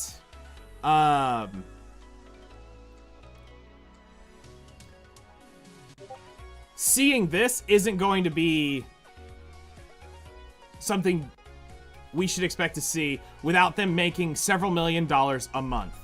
If we as a community can get them back to making around $1 million to $2 million a month, this expense will be something we can talk about in the future with them, of looking at bringing stuff like this back. But we have to get them that positive again, which means we've got to get Deep Pockets back. And right now, we don't have super Deep Pockets playing this. Just Nella and Diane, do you think... Diane will be rerunning at Christmas, as well as we'll be getting a new Christmas limited unit. So do keep a watch out for that. Gnosis Nella, according to what I've been told, I do not have a thing, but she was rerun somewhere in the last summer region. So it will be a while before Gnosis Nella comes up. However, I am trying to push for the developers to do something special for the 2.5 anniversary, which is to get Gnosis Nella, Naja, and Dahlia into a banner so that the new players that are joining can start pulling on this and not have to wait a year, because they need money now. That needs to happen now. You need to get people spending. Whether it be it's oversaturation or whatever, you have to look at this as a new player coming into the game. This is a great time to try to bring in new spenders now, and you could also slightly retire some of your older limited units by doing this, even though she's not older, she's one of the new ones. She is, I think, the 2-year unit. But bringing in the ability to start retiring them, to bring in new ones, to keep those being the more limited accessible things after 2 years, would be a much better system. Just like they need to start doing with Diane, Tomo, and Regina. They need to go in a banner retired from their solo banners and start letting you pull these during events, special events throughout the year, to try to get you invested into spending more than you normally would. Because if you literally have them at only one time a year, eventually at some point you're not going to be able to pull, because everything's a limited unit. And we talked about this with Epic 7 in some of their rerun stuff habits and things like that. Is at some point you have to retire it and put it into a banner that you can get them during the year. It just needs to take time, and I'm not saying make the newest, latest, greatest shiny toy be there, but right now, in this case scenario, in the 5-alarm fire, as in we're trying to get the developers to be successful right now, I would be willing to throw all stops out, and I would put all 3 limited units, the Gnosis units, I would get them all in one banner right now, give a special currency that only works in it, which is shady, but it would that the currency works in it or Aether and get people spending to pull on this banner now to help generate income. Because even if it's a temporary sleazeball marketing tactic, what this does is it gets them an influx in cash. Now, what does that influx of cash do? It's now new capital to reinvest into the company without a loan. I do not know their financials. We talked about it a stream or so ago where I laid out their current numbers based off of what I know and a rough estimate of financial security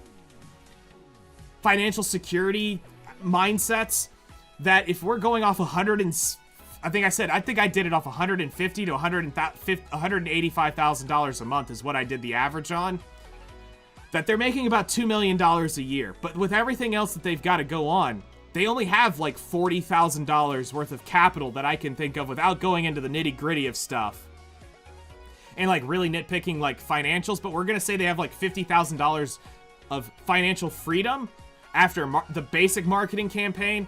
That's not a lot of money in a larger scale operation to move 50 grand into extra marketing, into new IP development stuff, into promotional artwork, into other development costs. I mean, servers cost money, server repairs cost money. It costs to upgrade hardware. Hopefully their hardware is probably pretty good right now, that they don't need to have new development computers to build the 3D engines to do the character designs. I'm going to assume most of that is under good control, that they're not running on old tech. So we're not going to account for like needing to buy, you know, 50 90 graphics cards or whatever. Servers are cheap, but it's the actual graphics cards for like rendering stuff, like for their rendering aspects is when I'm talking servers, I'm talking right now in this specific context is they're like home servers that are building the game, not the actual mega servers that the games run on. That is a different financial thing. I understand that is a lower cost because it's just bandwidth is what you're paying for, and the power to generate the back-end content that is needed. So we went through all of that, and what we're trying to say is 50 grand is still not enough. So we need, unfortunately, some predatory stuff. So if we can get a month that bumps them up $500,000, that's now $500,000 in new profit they get to use the next month. Now, does this mean that there wasn't a line of credit given? Because sometimes they went and probably did Major 9 or VA Games go look at a couple back-end investors they're not talking about? Did Major 9 actually become an investor? Did they give them a line of credit saying, we will fund up to $500,000 over the next 6 months with the guarantee you're going to pay this, and this per week or per month back as you come in, knowing that they're going to be making, because somebody had the numbers. I guarantee you, when they made this business deal, somebody sat down and showed them their projection, their current trajectory of where they are, and they showed it going up and going down. What would it look like if it grew at the current rate, and what would it look like if it kept falling at the current rate? So that when they came in as a business partner, they knew that they had to do certain things. So I 100% support them and trying to spend what I can here to do that. Don't know what hurts them to always have multiple limited units running at once. The summer banner seems to be dragging. So here's the thing. They extended it because of the server stuff. She was originally supposed to run prior to the service transfer, but they waited till after the service transfer. This is part of the compensation for bringing her in, was dragging all of this out. This was a financial situation to try to keep it going, plus they had to buff the unit. She was not performing the way people wanted her to perform. So,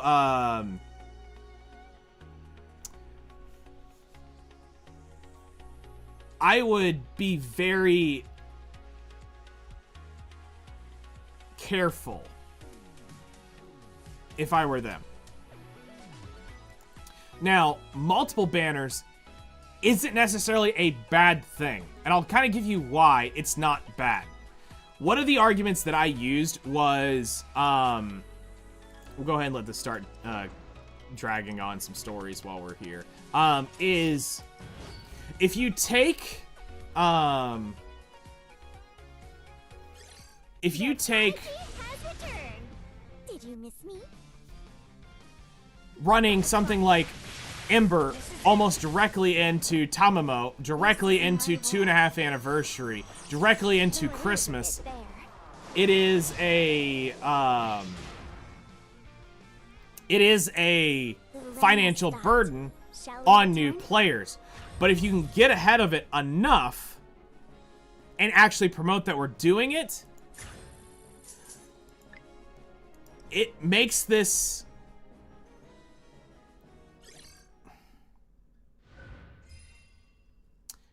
I guess let me just put it this way. A good idea right now is you need to kind of do whatever you need to do. Interest in this game is dropping off already. I'm going to be real. You can go look at the back end. There is the current core of players that is active, and they will be active. But the general interest of the game is already dying off again. You've got to put something kind of hype in there. The only way to really do that is through either some drastic sales, some sort of drastic thing that hasn't been done before, or a massive new thing brought to the game that can bring and generate players to this. I'm not saying the game is in danger, but you shouldn't be losing interest this steeply in 20 days into it. You should be able to go at least 2 months with a consistent growth curve in interest. But people are already becoming less and less interested in it. Is it because they drug the events out too long? That's a potential thing. That's just kind of the average of what's happening in gacha in general. 2-3 weeks is average for a new player. That's not necessarily what I'm looking at. I actually have, when we were look at like Epic 7 data, from where I have like 2.5 years worth of data on that, actually, you got more hype.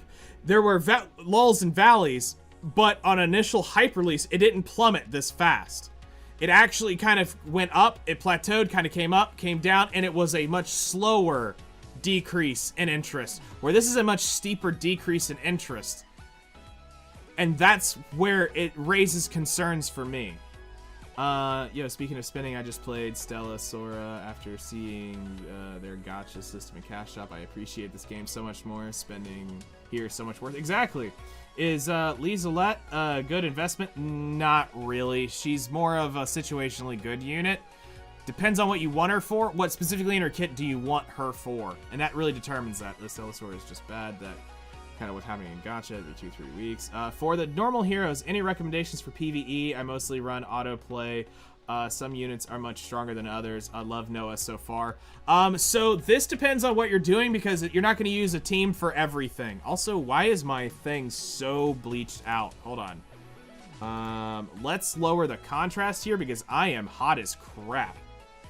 Let's turn down the exposure one.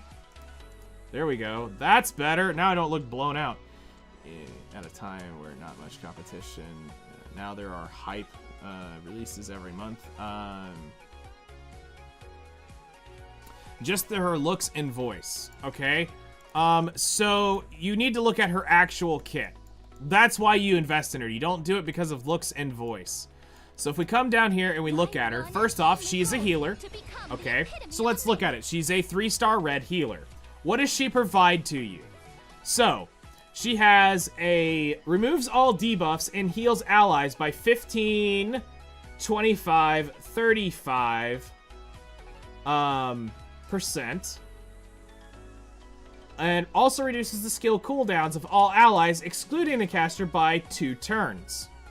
Okay, so she'll heal by 35%, she cleanses all debuffs, and heals by 35%. All right, interesting 3. Let's look at her 2. When triggered, when an ally uses an attack that targets all enemies, all allies gain a barrier and defense increase for 2 turns. You're going to increase the barrier strength and the cooldown of this being able to happen. So every 3 turns, when an ally attacks, you can add up increased defense and barrier for 2 turns. So 2 of your turns are unprotected, which is okay. There's other ways to get that. So not a super impressive passive, but it's there for AoE-based units. Let's look at her attack. Attacks an enemy and heals the ally with the lowest health by 5, 10, 15%.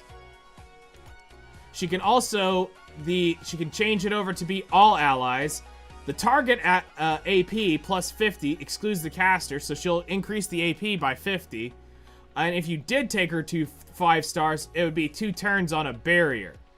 And that would be proportional to her health.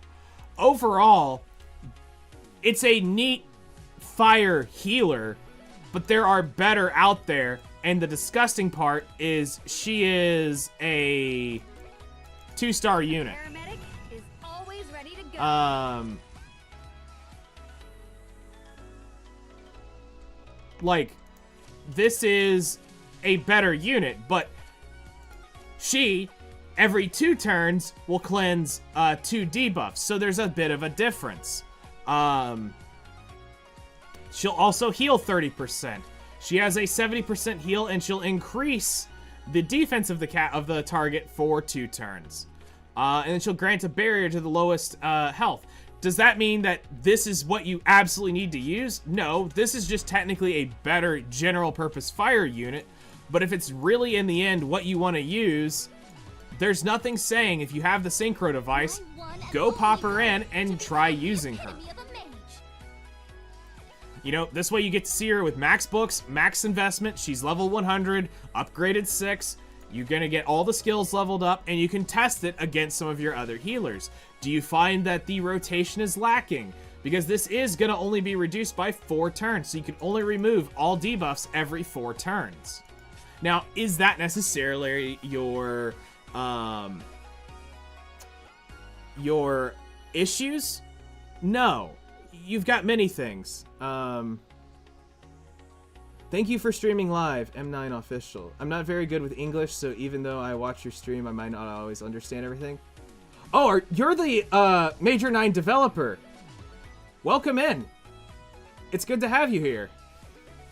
I will, if you ever have anything that you don't understand, feel free to ask me to say it again. Worst case scenario, I just need to know what language to translate it in, and I have my phone say it back to you, and maybe it sounds right or wrong. If something were to ever happen to not be understandable. Oh, so irritating. We've only been But welcome in. It's good to have you here. My heart is beating and you're We've only just been been talking tired. about a bunch of So different you units better and stuff tell me here. before you disappear on So, me. welcome in. Alright, let's go ahead and head back to side story and keep on clearing through this. We've got so many units to blast through. Alright, next up is Mimi. So I'll need a healer and a water unit in my team to work through this.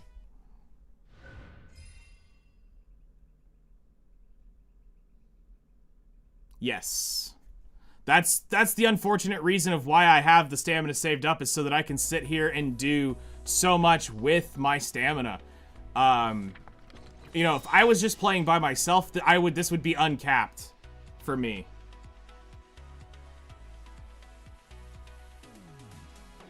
Did they confirm what the fix for the contract will be on the 22nd? So that will be a 20, they'll give you 20 shards of whatever character you had. It was originally, the event was designed to run for 2 weeks. It was extended to 3 weeks. And during that third week extension, it broke part of the code because it didn't recognize that the event was supposed to, it showed that the event was supposed to end, which is where the check-in actually ended. The 14-day check-in was only 14 days. It wasn't a 21-day check-in. So they had to... So it's giving you that error every time you go to the festival. It's because the check-in is trying to give you the thing, but it's not there. It's broken, which is the invalid request. So the compensation is they're going to give you 20 shards at the very end on the 23rd or 22nd, whenever the maintenance goes out.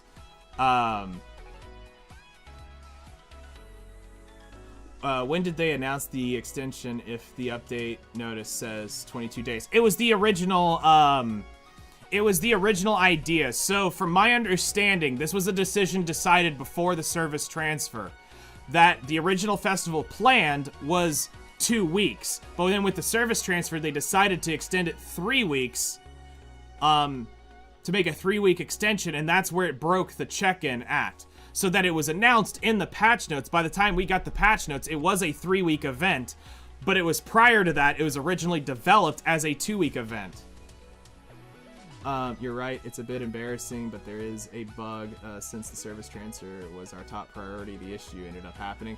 And I mean, we understand that. Honestly, it's not something we can fault y'all for. That was a massive undertaking y'all had to deal with. You know what? And I don't really care, personally. You know, is it annoying? I mean, kinda, but guess what? Gone. I'm okay with it. I can click a button. I would rather have that bug and had the quality of life y'all provided to the game day one on the service transfer than to know that that was fixed. And honestly, how could you test that without fast forwarding an event forward? You couldn't. Also, let me get my rewards real quick here before I forget those. So it's a small issue that just slipped away. Yeah, and you're ending up gaining actually 20 more shards because of their compensation for it. You will get, it will be 20, it'll be a, piece, sent to your mail, is from what I understand the notice. After maintenance, there'll be a selector for the unit that you had, I believe. It's a 20 piece for whatever unit you picked, or it's a selector for 20. I don't remember the exact phrasing of it. But it will be a 20 piece given to you for either the unit or for the thing. It was mocking the issue. No, that's fine. No, we get it. What's the new limited unit? That is going to be a Christmas unit at he or she will be a Christmas unit somewhere after Holiday Diane. Do we have any idea of what's going to have World Boss, Joint Battle, and Guild Raid? I'm assuming they're waiting for some of the future patches to come in. That will most likely happen after this next patch, because right now, again, they're in service transfer mode. So where we are running into issues with some of the content being back-ended is you have to get the game stabilized, brought in, go through the service transfer process, get caught up, fix all the bugs on their end from doing the updates, and then getting them approved. Once that's approved, they will end up getting those out shortly. We're currently preparing Velia, so the exact schedule should be decided sometime this week. Cool. We look forward to it. We look forward to it. All right, so I need a healer that is a... well, I don't need a healer. I just need a water hero, and... Actually, no, I will need a healer. All right, so looks like Meanie is just going to come for a ride. All right, Meanie, where are you? There you are, you lazy healer. All right, for this run, let's do something we haven't done in a long time. Let's run Ren again. We'll put her on Air's gear. And,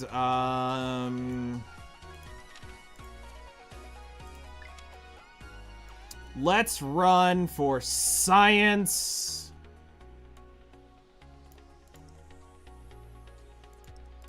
Luna. Why not? All right. Let's go. No sleeping! I wasn't.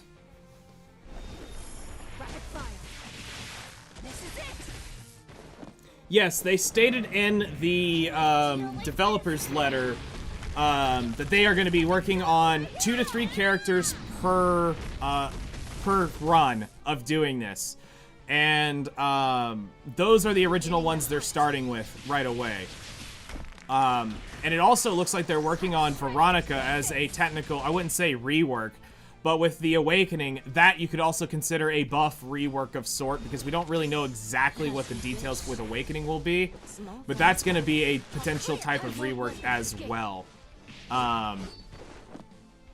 So let's look forward to seeing what they end up bringing out with that, because those are 2 very old reworks. Or 2 very old units, so reworks are going to be definitely interesting to see. Francesca's exclusive equipment requires both complete overhaul for both effects. Honestly, I don't even remember Francesca's exclusive equipment. I'm going to be honest, I got to go look.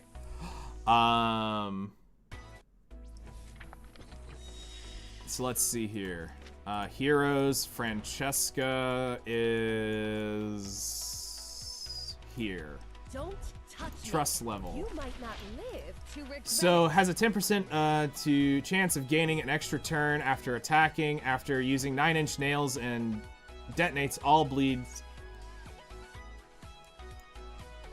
Okay, I see what you're saying.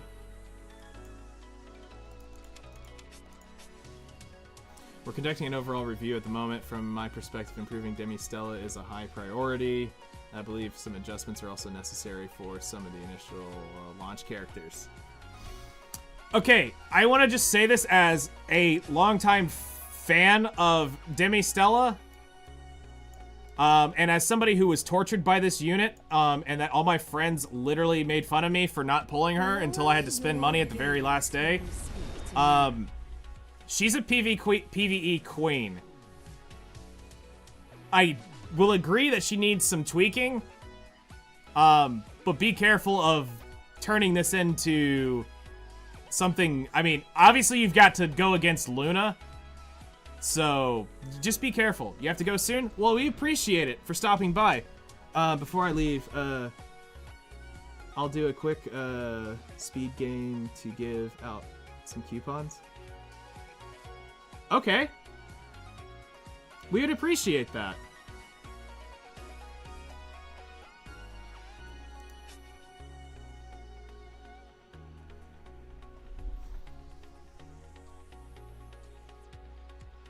Yeah, seriously, you know, personally, from me, thank you for what you've been doing for the community, and we're looking forward to seeing what happens over the next several months. I know there's a lot of work to be done, and, you know, whatever we can do to help, let us know. Like I mentioned in one of my posts, there's a few things I'd like to talk to you about in private at one point to maybe help be able to grow and reach the community better. So we really appreciate everything you do. Yes, it is great that it doesn't take a lot of time to play, but at the same time, I also do wish that there was more things we could do. But we had an interesting conversation on the Reddit about that very thing, and there is some interesting stuff that we talked about. As he is a former Diablo player, he understands what the infinite grind can be like. I'll be giving out 5 coupons worth 3,000 Aether. Whoever earns them the fastest will be the winner. Ooh, cool. Congratulations. Whoever enters them the fastest will be the winners. And I will not enter them. This is for you guys. This is for the community. So good luck. I will even take down the game real quick so that the codes show up as clean as possible on here. Actually, I think I can go to... Was life as an nope, that doesn't have it. always Never this mind. dull? So that'll be the best way, so Only I had Regina with for me. y'all to see it. Does pity for limited units carry over? No, they do not. That is something that has been talked about, but they are having to very closely discuss whether or not to do that. but the tickets do carry over, so you will have them. All right, chat, press R if you are ready. Good luck.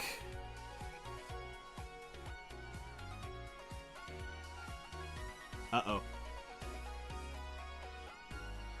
There they are. They're showing up that way.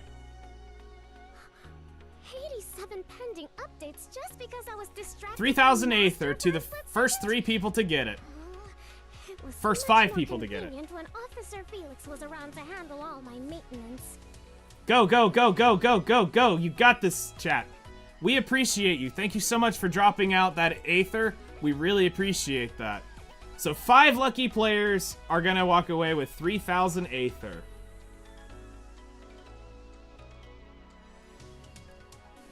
Thank you so much for that. We really appreciate that.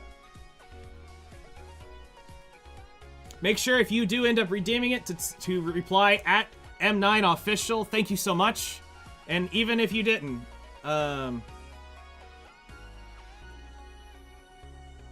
don't think somebody's going to have time to do that. Personally. If somebody walks away with all 3 of the, or all 5 of those, I will be quite sad. Or 5.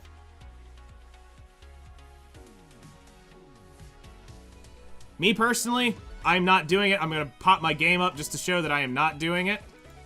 I'm just sitting here. I'm letting you guys get that.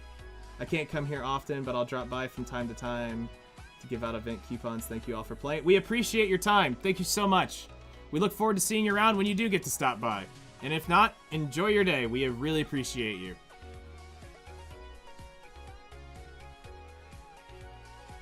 And again, make sure chat to say thank you so much to M9Official for the codes. He did not have to stop by and do that, but he did.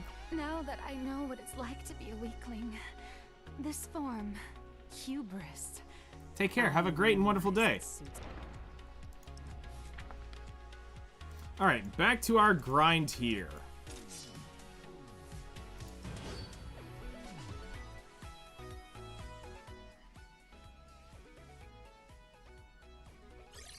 You better be ready to pay me my overtime. Rapid fire. This is it! You got one. Congrats! An ordeal like this. It's just a stepping stone for a hero. That's exactly what we wanted to hear. Beginning the hunt. 3,000 Aether. It's 2 multis. We take that as an absolute win. We take that as an absolute win. As you wish. Time to take a bow. See ya! Is that it?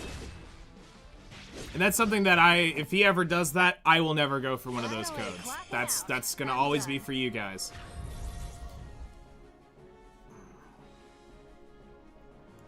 That's not something that I want to take away from y'all.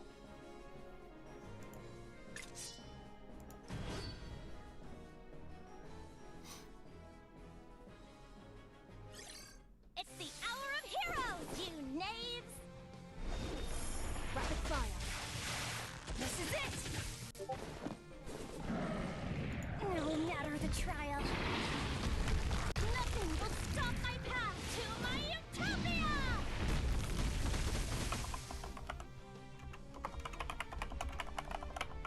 It's time to end this. Enough playing around.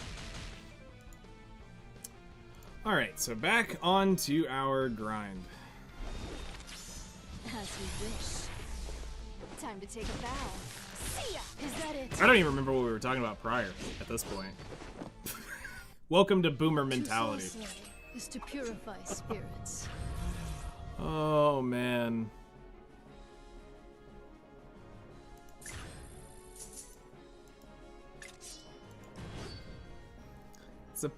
The cost of getting older.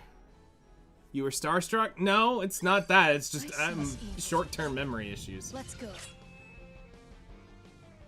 Rapid fire. This is it! You saw it happen in real time? Ordeal like this.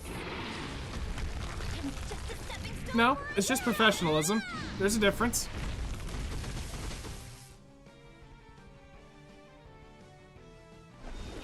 It should be 5 people. There was only one per. It's a one-use code for each. No, I know. My thoughts exactly. Time to take a bow. See ya. No, they're gonna probably be one-use codes. I don't think that that's a. I don't think that's. If someone got 3 or 4, you got one. Okay, cool. So we know of 2 officially announced that they got them. Behold, this is I.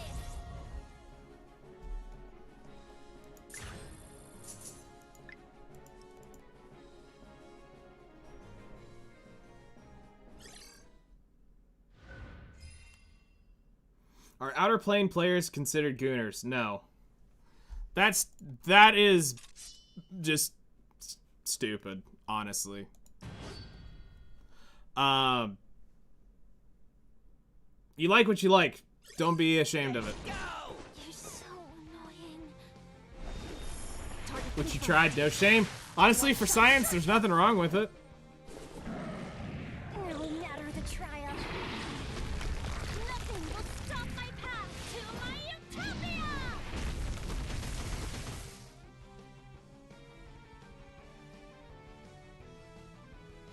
It's time to end this. I mean, you can get out there and you can get some really, like, hentai level games. This is not there.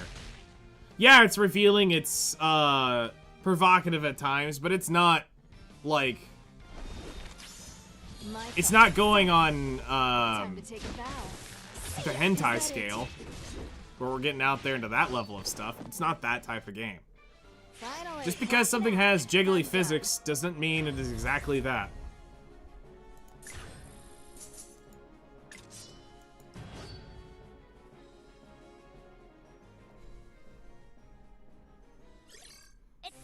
It's got a little bit for everybody. It's got, Target confirmed. I think it does a pretty good job. No matter the trial, nothing will stop my path. Is Demi-Urge Asti now outdated? I wouldn't say she's outdated. It's just, again, it depends on what are you trying to use her for and to what team comp. It's time to end. Demi-Urge units are more PvP units than they are PvE units, but that doesn't mean that they aren't PvE or PvP units by being a focus of one or the other. My thoughts exactly. Small fire spotted. I'll clear. I won't let them escape. Furube. Yura yura to Furube. Arise once Now, if more. only I could convince Kari to cosplay as Air.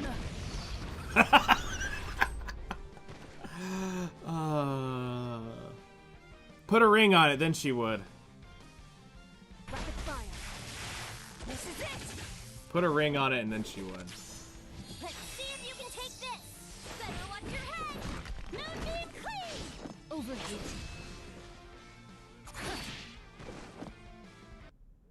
To soul slay is to purify spirits.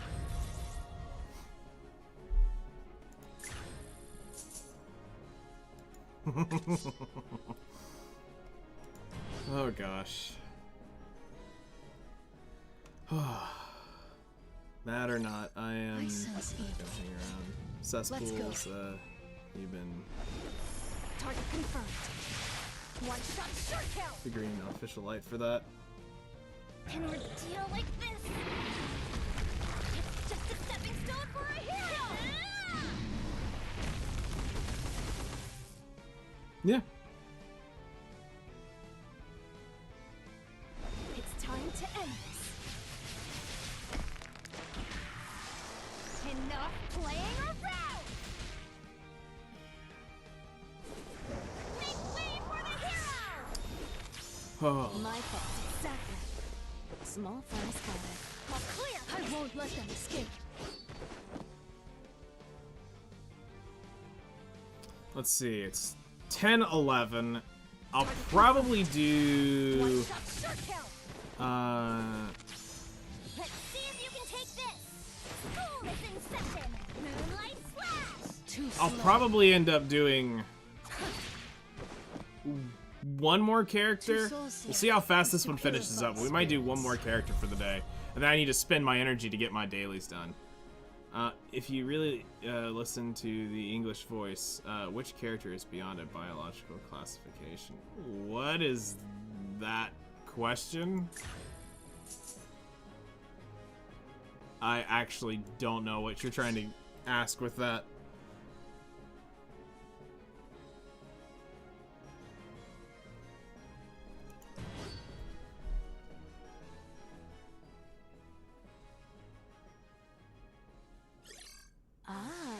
A little more left on the clock. Rapid fire. Bro had an answer right away. That's a little scary. No matter the trial. Because I don't even understand the question, therefore I have no answer. Stop my path to my utopia!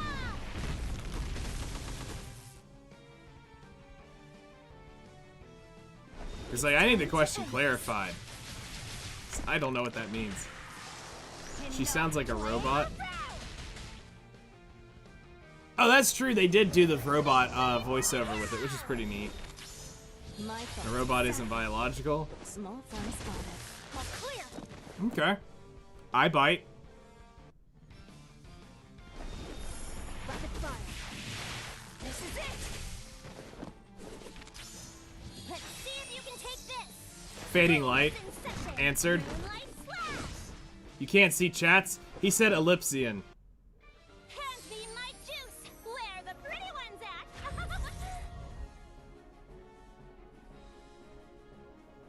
He went instantaneously for that, without hesitation.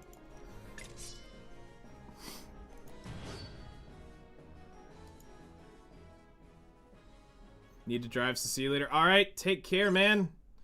Appreciate it. Thanks a lot. I'll, see you around. Enjoy the rest of your day. This is it. An ordeal like this. It's just a stepping stone for a hero.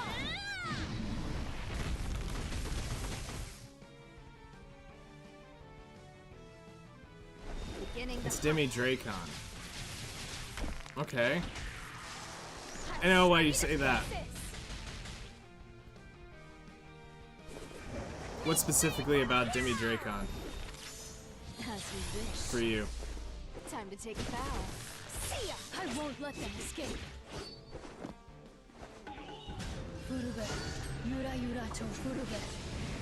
Air is really, really OP, huh? I now see what you mean. Yes.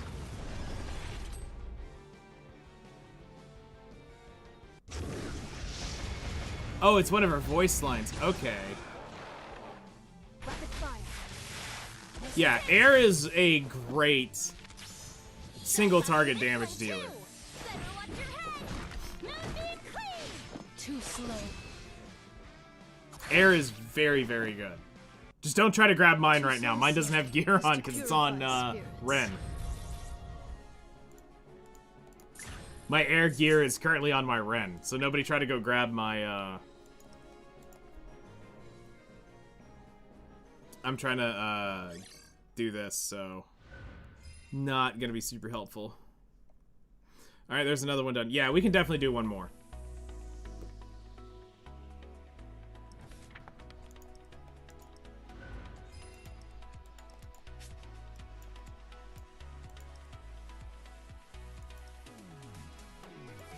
Alright, next up is Tamara. So we're gonna need a ranger in here, so we might as well just bring her in.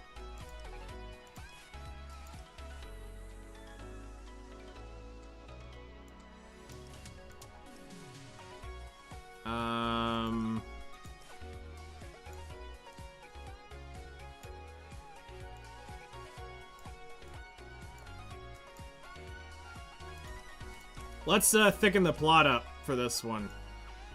Since I'm gonna carry the character in, we can kind of do whatever we want.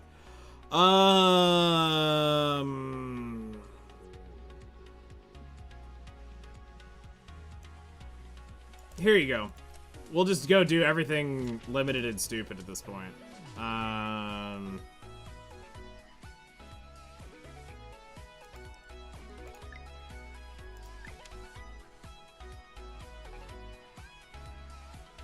Just because why not?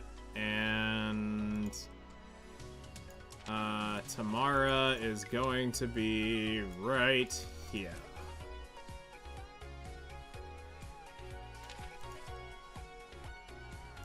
Slap Valentine's gear on her, and kaboom, let's roll.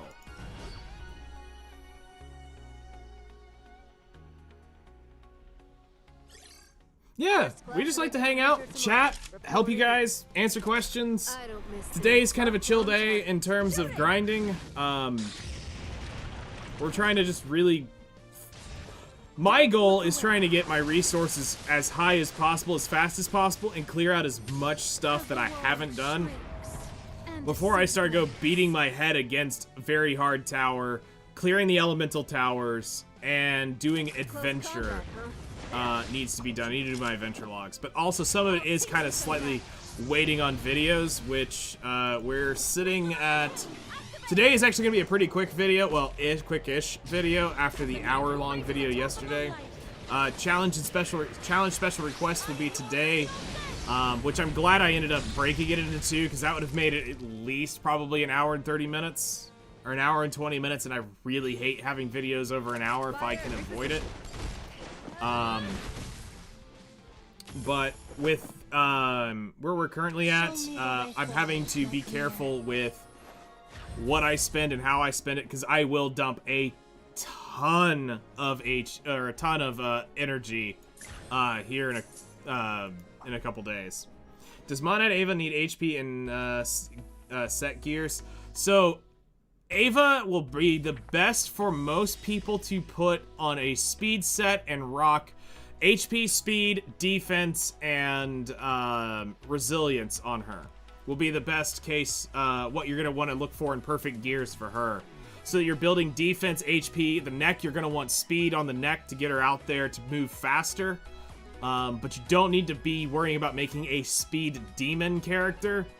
You just need her to be fast enough to take turns, but bulky enough to survive taking hits, because if she goes out, then you lose a lot of value in her. So there is a couple things we could technically go out and talk about. Like, if we wanted to get out into some weird sauce stuff, we have a couple interesting options.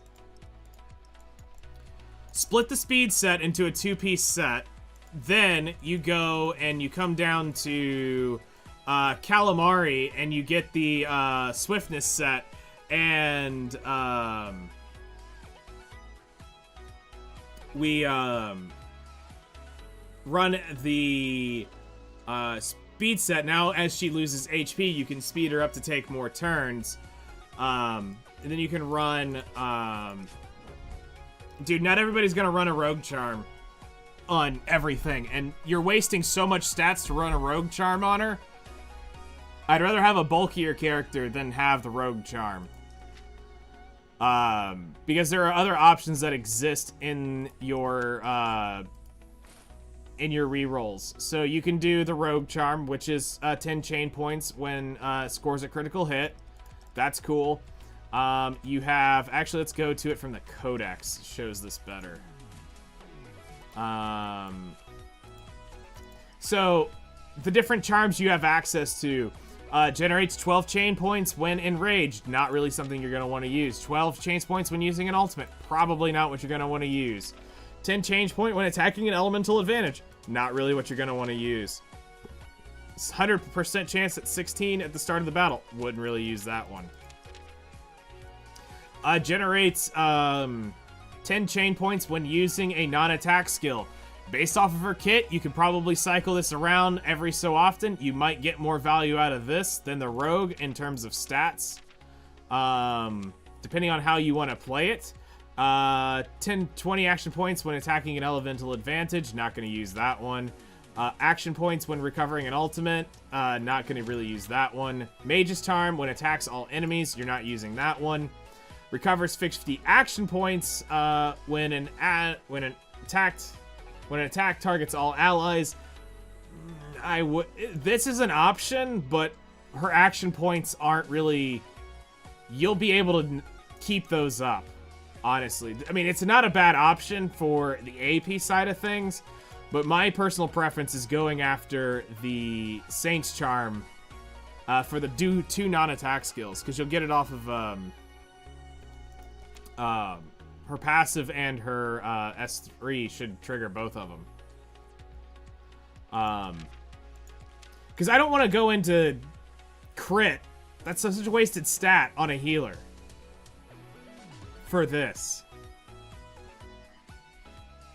For Medios, yes. I still have my sheets from the video. My Medios team is Veronica, Tamara, Laplace, Monad, Ava. If you have the sustain, use Karen. So if you need the survivability, Monad, Ava. If you need the damage, Karen. But the team that I would recommend would be Veronica, Tamara, Laplace, Monad, Ava. And then Monad Ava's slot would go Karen if you've got the survivability. But yes, I still have that sheet up from yesterday's video. I actually go over in yesterday's video. I go over all the hunts and give you the recommended team that does not use any limited units in the game. So there's no Gnosis units, there's no Demi units, there's no nothing. It's literally everything you can get. And if it does include Monad Ava, it's because we counted it as part of the reroll. But I did give you the direct replacement if you were not using Monad Ava. So definitely check out the video from yesterday on Special Recruit. On the back end, I go over each one of the teams for you. And what my recommendations are for each one of the different hunts, as well as the value of why you can invest into the least amount of possible and still get a good return on investment for having to invest in the fewest units as possible. Was how we tried to do this.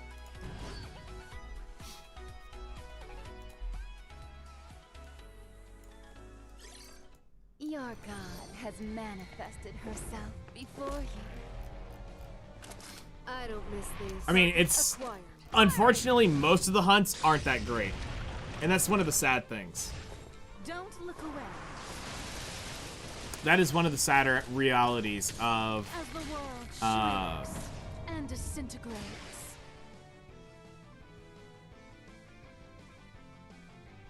Of using... some of these sets is, they sound cool on paper, but in the end, they're so hard to use, but it gives you the freedom to create. And this is one of the reasons why I wish we had a new damage calculator, so we could really meticulously check, because there's a few that I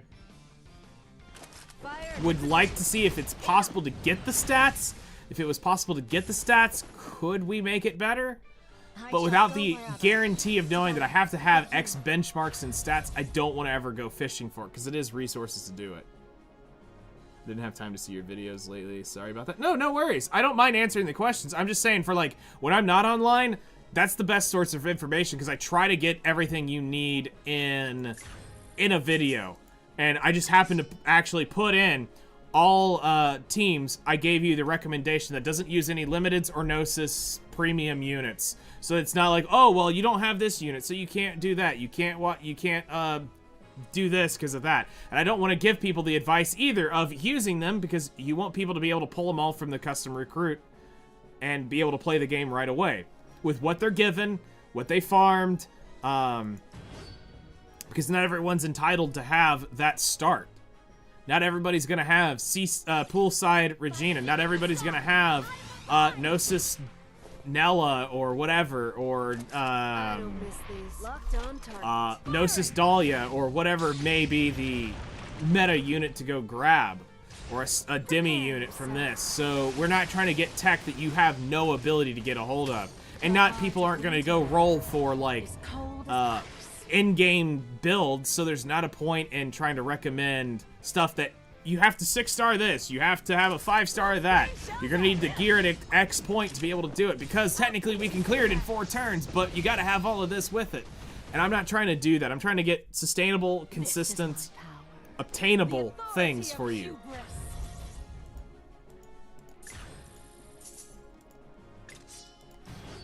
I mean, you can also look at the video and you can see which ones I've never done. Probably tells you why I've never done them. They're not worth other than the Aether. Which is why I eventually will climb them, is to get the Aether. For me, that's where the only value really is. Like, if I'm going to be grinding 99% of my energy, it's Chimera, Glyces, and I think Deck and Mech for the Thumping Knuckle Dusters. I think Violet Sledgehammer is also Deck and Mech as well. Because Surefire Javelin is... Or Surefire... Is it Surefire Javelin? I don't remember. I have to go look at the list again. That's the one I always struggle on, is where the Surefire Javelin sits. One last question on character requirements. Any general purpose DPS for PvE from normal characters that I should prioritize? Yeah, I'll give you a couple, like, ideas. And I don't mean this to sound vague and generic, but it's literally you can use whatever the hell you want to use. Okay? So let's just be out open and upfront about that. Generic, upfront. First off, know that you are going to be getting Laplace, Noah, Eternal, and Beth, Kappa, and Air for free. All right. You're also going to get Veronica for free. So you're also going to get Meanie for free. You're going to get Fatal for free. So you're going to get some of these characters for free. Now, outside of that, general PvE. This is kind of what you want to... This is kind of how you go about it. One, look at what do you currently have on your account, all right? Now, it comes into mechanics per stage. Is it asking for defenders? Is it asking for rangers? Is it asking for stuff like that? You got to make sure that you have something like that available. Everybody should be having...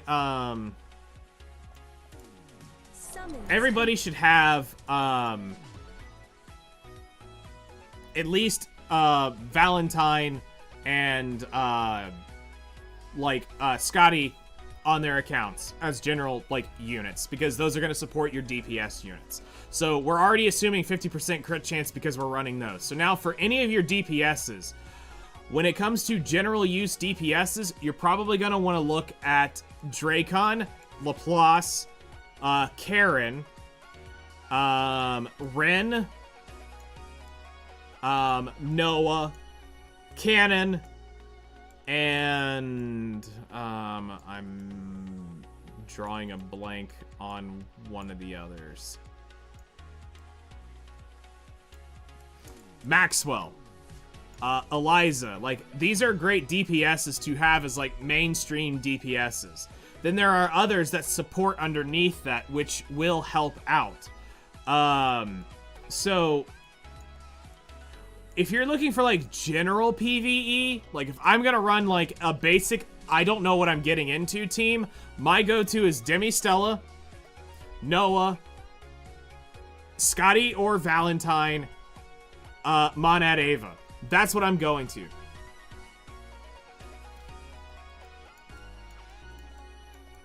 She is still a technical type of DPS. It's why I say it's technically there, but you're playing off of the detonation skills.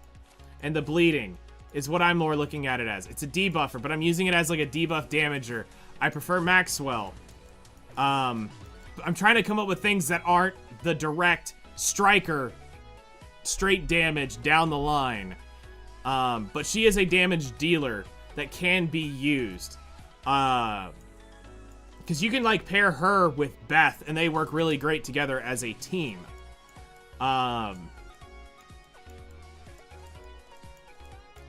But as a single one-off unit, no, she's not as good by herself. But if you pair her up, you can create that to be a good team.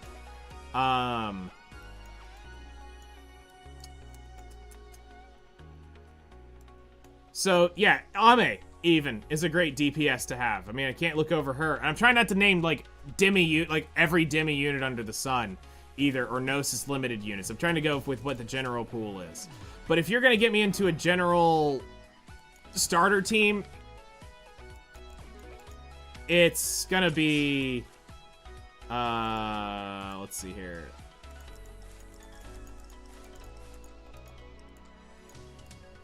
For first time, like, initial development, I'm going Valentine because you need her. While she's still here and able to be gotten for free, we're gonna recommend Monad Ava, but as soon as October 23rd comes around, she's gonna lose her priority, and now from this point on out, you'll be recommending Tio over Monad Ava. With the asterisk, if you have Monad Ava, you would put her here. But Tio would become the general carry of PvE. Then after that, you would say Noah for sure. And if you're gonna go into, to make story easier, Eternal. So this way you have a defense break, an AoE cleave, you have a cleanser healer, and you have a buffer. This would be able to take you in and do all your generic PvE stuff. Now, what becomes subjective is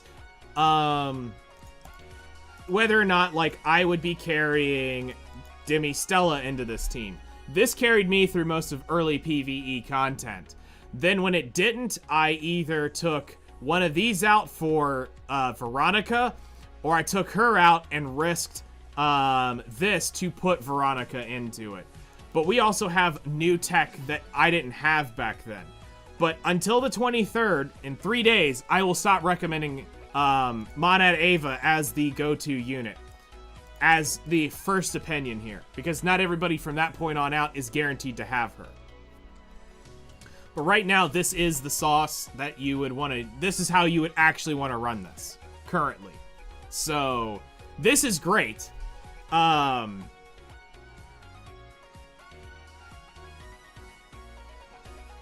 I won't be getting along with Maxwell. That's fine. You don't have to. Maxwell got a pretty big buff, and it's somebody that I'm actually now looking at going to build for some stuff. Because they did make him a lot better than he used to be, so I can actually give him the attention to see what's going on. Plus, you gotta have a harem leader. I mean, come on. Bro's got a face mask. So we gotta have some sort of harem leader to the harem. Logical, right? Right? I'm not the only one who thinks this. Or am I the only one who thinks this? Okay, it might be me.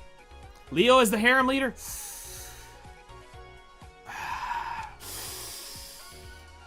Is Leo really the harem leader? But girls like the bad guys. The girls always go for the edgelord. This is who she ends up with in the end. This is the guy that she leaves the harem for. Because he's the righteous hero. But everybody wants to bang the bad guy, so... Logic.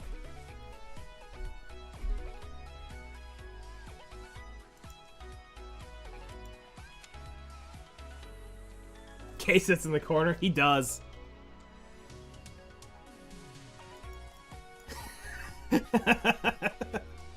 Kay is the one sitting in the corner.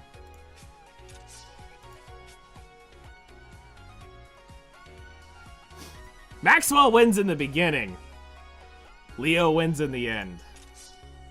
And Kay is still in the corner. Kay is still in the corner. That's funny.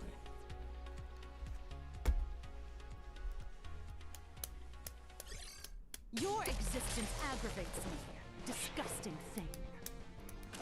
I don't miss these. Target acquired. Firing! You just think Leo is more handsome? I'm not saying that he's not. I'm just thinking that I know women. And women like the bad guy. They don't take the good guy. The heart of winter is Either that or I just have terrible luck. Smoke screen shells They always go for the bad guy. The guy that's the douchebag. out. Freezing the bone. I had one of my exes come back to me one day. She says, God, I missed the fact that you really appreciated me. I'm like, yeah. I am the herald of finality. No matter what I said, you always pushed me away. Be like, yeah, you look great in that. I look fat. Fuck me. I tried. And now she gets called fat and ugly and all this other shit, and it's like, You're the one who wanted the douchebags. Have fun. With you. I ain't dealing with that shit. Plus, you batshit crazy.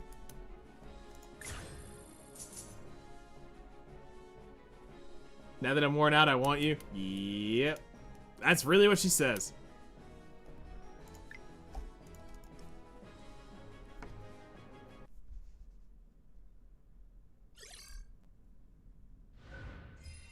Three. There are 3 characters, and they probably never will be rerun. If we cannot get the game to earn more than a couple $1,000,000 a month, they'll never bring Danmachi back. First time here, but thanks for the fantastic time. Hey, not a problem. We appreciate it. We hope to see you around more. We love hanging out and having fun and doing stupid stuff on stream. Yes, unfortunately, the Danmachi collab may never rerun. It's not an impossible. It's not a definite hard no. But right now, financially speaking, if they don't make more than $2 million to $1 million a month, I would not count. I would not count a collab ever being rerun here. Again. But I really would like to sit down and talk with them in private to explain some things, because there was a lot that failed because they didn't promote in many avenues they had access to. So yeah, not too long ago I revisited my account to see what collabs they had. Yeah, and they're never gonna rerun that Danmachi collab because basically it came up to a net loss or close to a net loss. They only got a 2 to 3% return on their investment. But I can also say that is shame on the developers of Smilegate. It was an abandoned IP. I, as the biggest Danmachi simp in the world, #2 favorite anime next to Fairy Tail. And, well, it's, okay, I say #2, but it's tied #2. It's Overlord and Danmachi are on the same slot. But Fairy Tail #1, then at the 2, it's Fairy Tail, or it's Danmachi and Overlord. Then we actually can go down to 3, 4, 5, whatever. But I didn't even know. It was never promoted anywhere. I never saw an ad about it. If I was told about it, that tells you I must have went over my head, but I never knew about it. On location and Fairy Tail AFK Journey had a crossover with him. Yes, and I played the heck out of it. I have both Natsu and Lucy maxed out. That is the whole reason I played AFK Journey. I'll still go back to it. I got busy with this, and this kind of took up the time that I could have spent on it. I'm not going to be real. Or I'm going to be real about it. You almost maxed him out? Nice. Natsu, I ended up spending money on. Lucy, I was able to get through the end game. Because Natsu, I was like, I'm making sure I get it, and then I will focus on Lucy. So...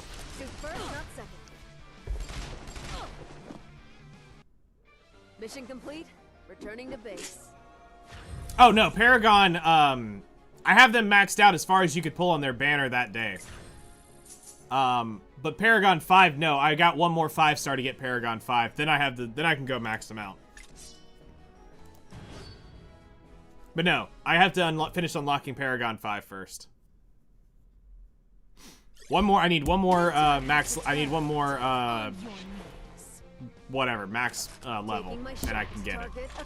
And I keep dicing all the lower ones right now on all my pulls. All of them are getting diced. So, The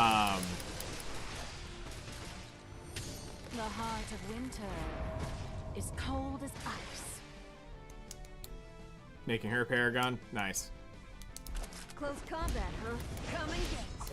But unfortunately, I think if I have to be smart about it, I really need to Paragon a few other people first, because I need to get the twins probably Paragoned. I probably need to do,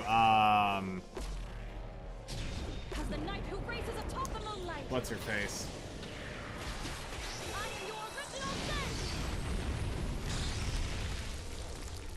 Her name evades me. Fire and reposition. Shattered to pieces. I'll think of it in a second. Shoot first, not second. Not Pandora. I have her, but that's not it. It's, You've become so slow. You're literally freezing. the Graveborn chick. The hell's her name?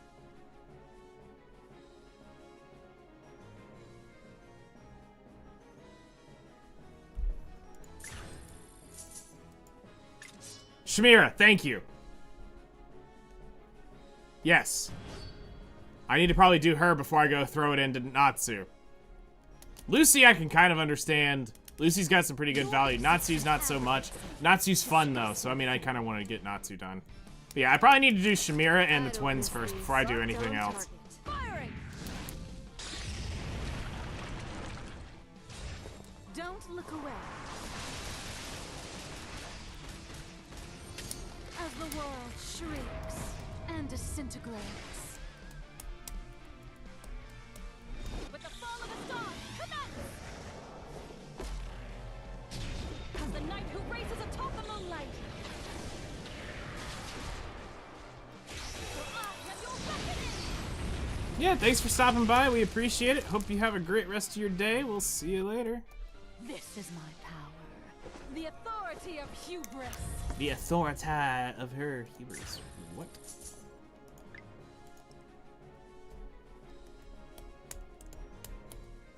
Alright, so I'll skip ticket up my energy so we can get that done. Because I will not probably play again until after reset, so...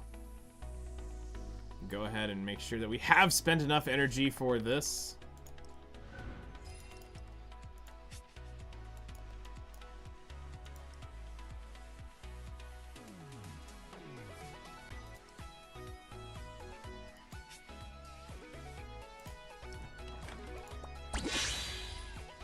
Grab the dailies, grab the weeklies.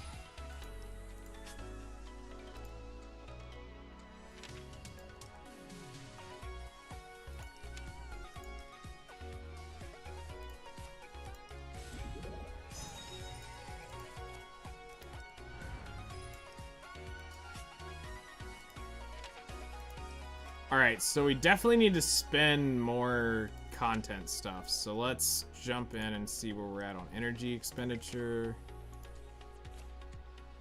Almost. Alright, so we'll do a couple hunts real quick.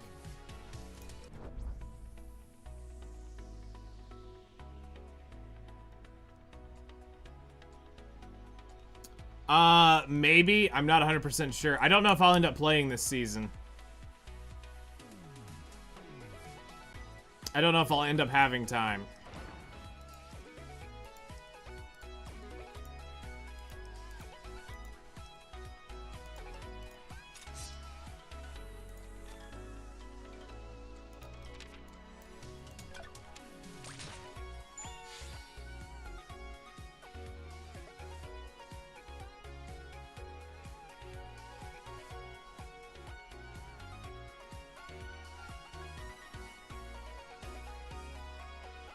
Okay.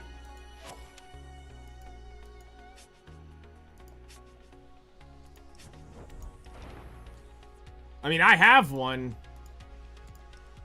Or two. Okay, Violent Sledgehammer and Thumping Knuckle Dusters is Deck and Mech. I think it's Guardian. Yeah, Guardian is the Javelin. Okay.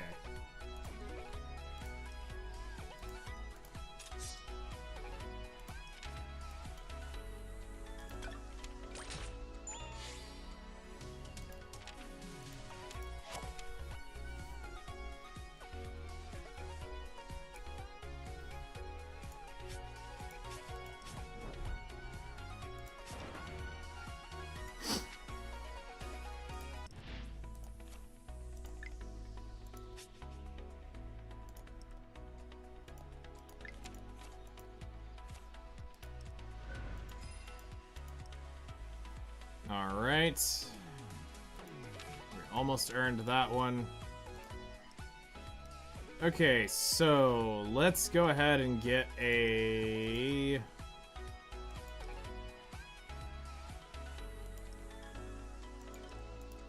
another friendship ring. With the power of friendship!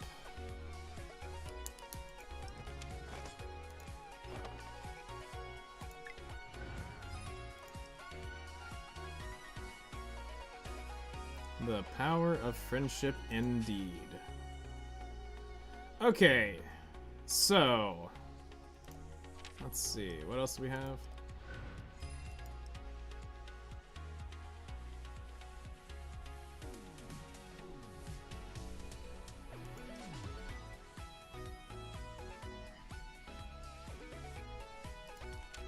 Oh, I need to do an adventure. Oh, okay. Oh, hey, we got cheap views. Oh my god, that's exactly what I need. And let me just get on that real quick. Ah, crap, and it's gone. The power of boob ship, exactly. Let's come over here and skip one of the hards.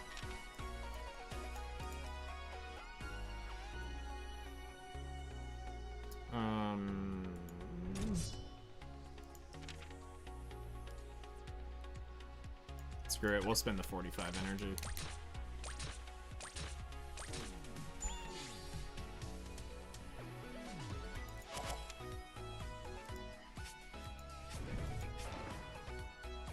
All right, so that taken into account,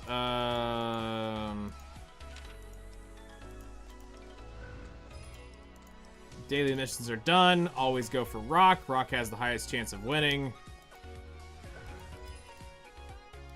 Yeah, I know, and I'm very curious to see the numbers of it, because a lot of people have been saying it didn't perform well. So I want to see the actual revenue numbers.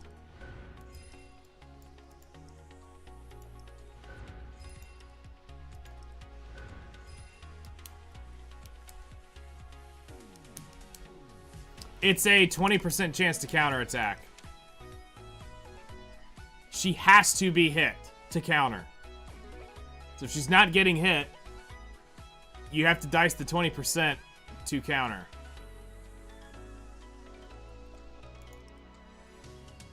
Alright, I think I came in here and I popped the energy. If not, I need to do it.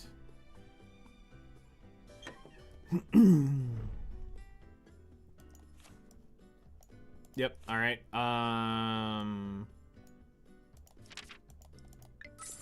Take the weekly books. Honestly, I'm gonna go for the gold.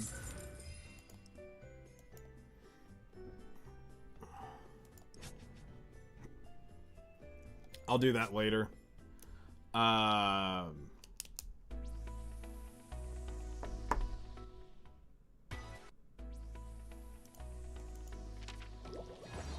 2 days, 9 hours. Okay, I do have some time to think about this.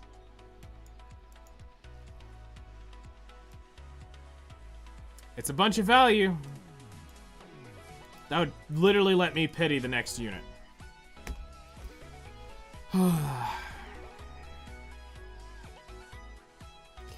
Alright, well. That's gonna be it for today on,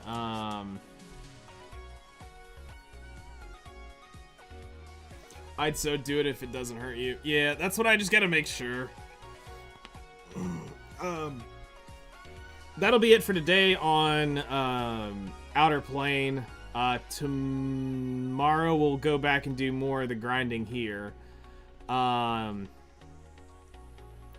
I'm going to be looking at what I want to do tonight, so I don't actually know yet on what I'll be playing tonight. So just surprise, whatever it ends up being. It'll either be Weathering Waves or Battlefield, most likely be it. I don't know. I don't know yet. Just kind of, I think it's gonna be whatever I'm feeling tonight. Right now, I don't know. I don't know exactly what time I'll get on. I know Ace has got a little bit of time while he's doing some stuff, so I might do Boomer Squad stuff with him tonight. I might do, because I mean, I just need to do my weeklies is the big thing I need to do in Weathering Waves. Shmir is already in the seasonal store. Nice. Okay. Good to know. Good to know. So yeah, that's gonna be it, guys. Thank you so much. I appreciate it. Again, big shout out to the Major 9 developer for stopping by. We really appreciate him, especially being generous enough to give you guys 3,000 Aether. 5 of you, lucky people, walked away with 3,000 Aether. So, y'all enjoy the rest of your day, and I'll see you guys first thing tomorrow. Or later, whichever one ends up happening. Later, everybody.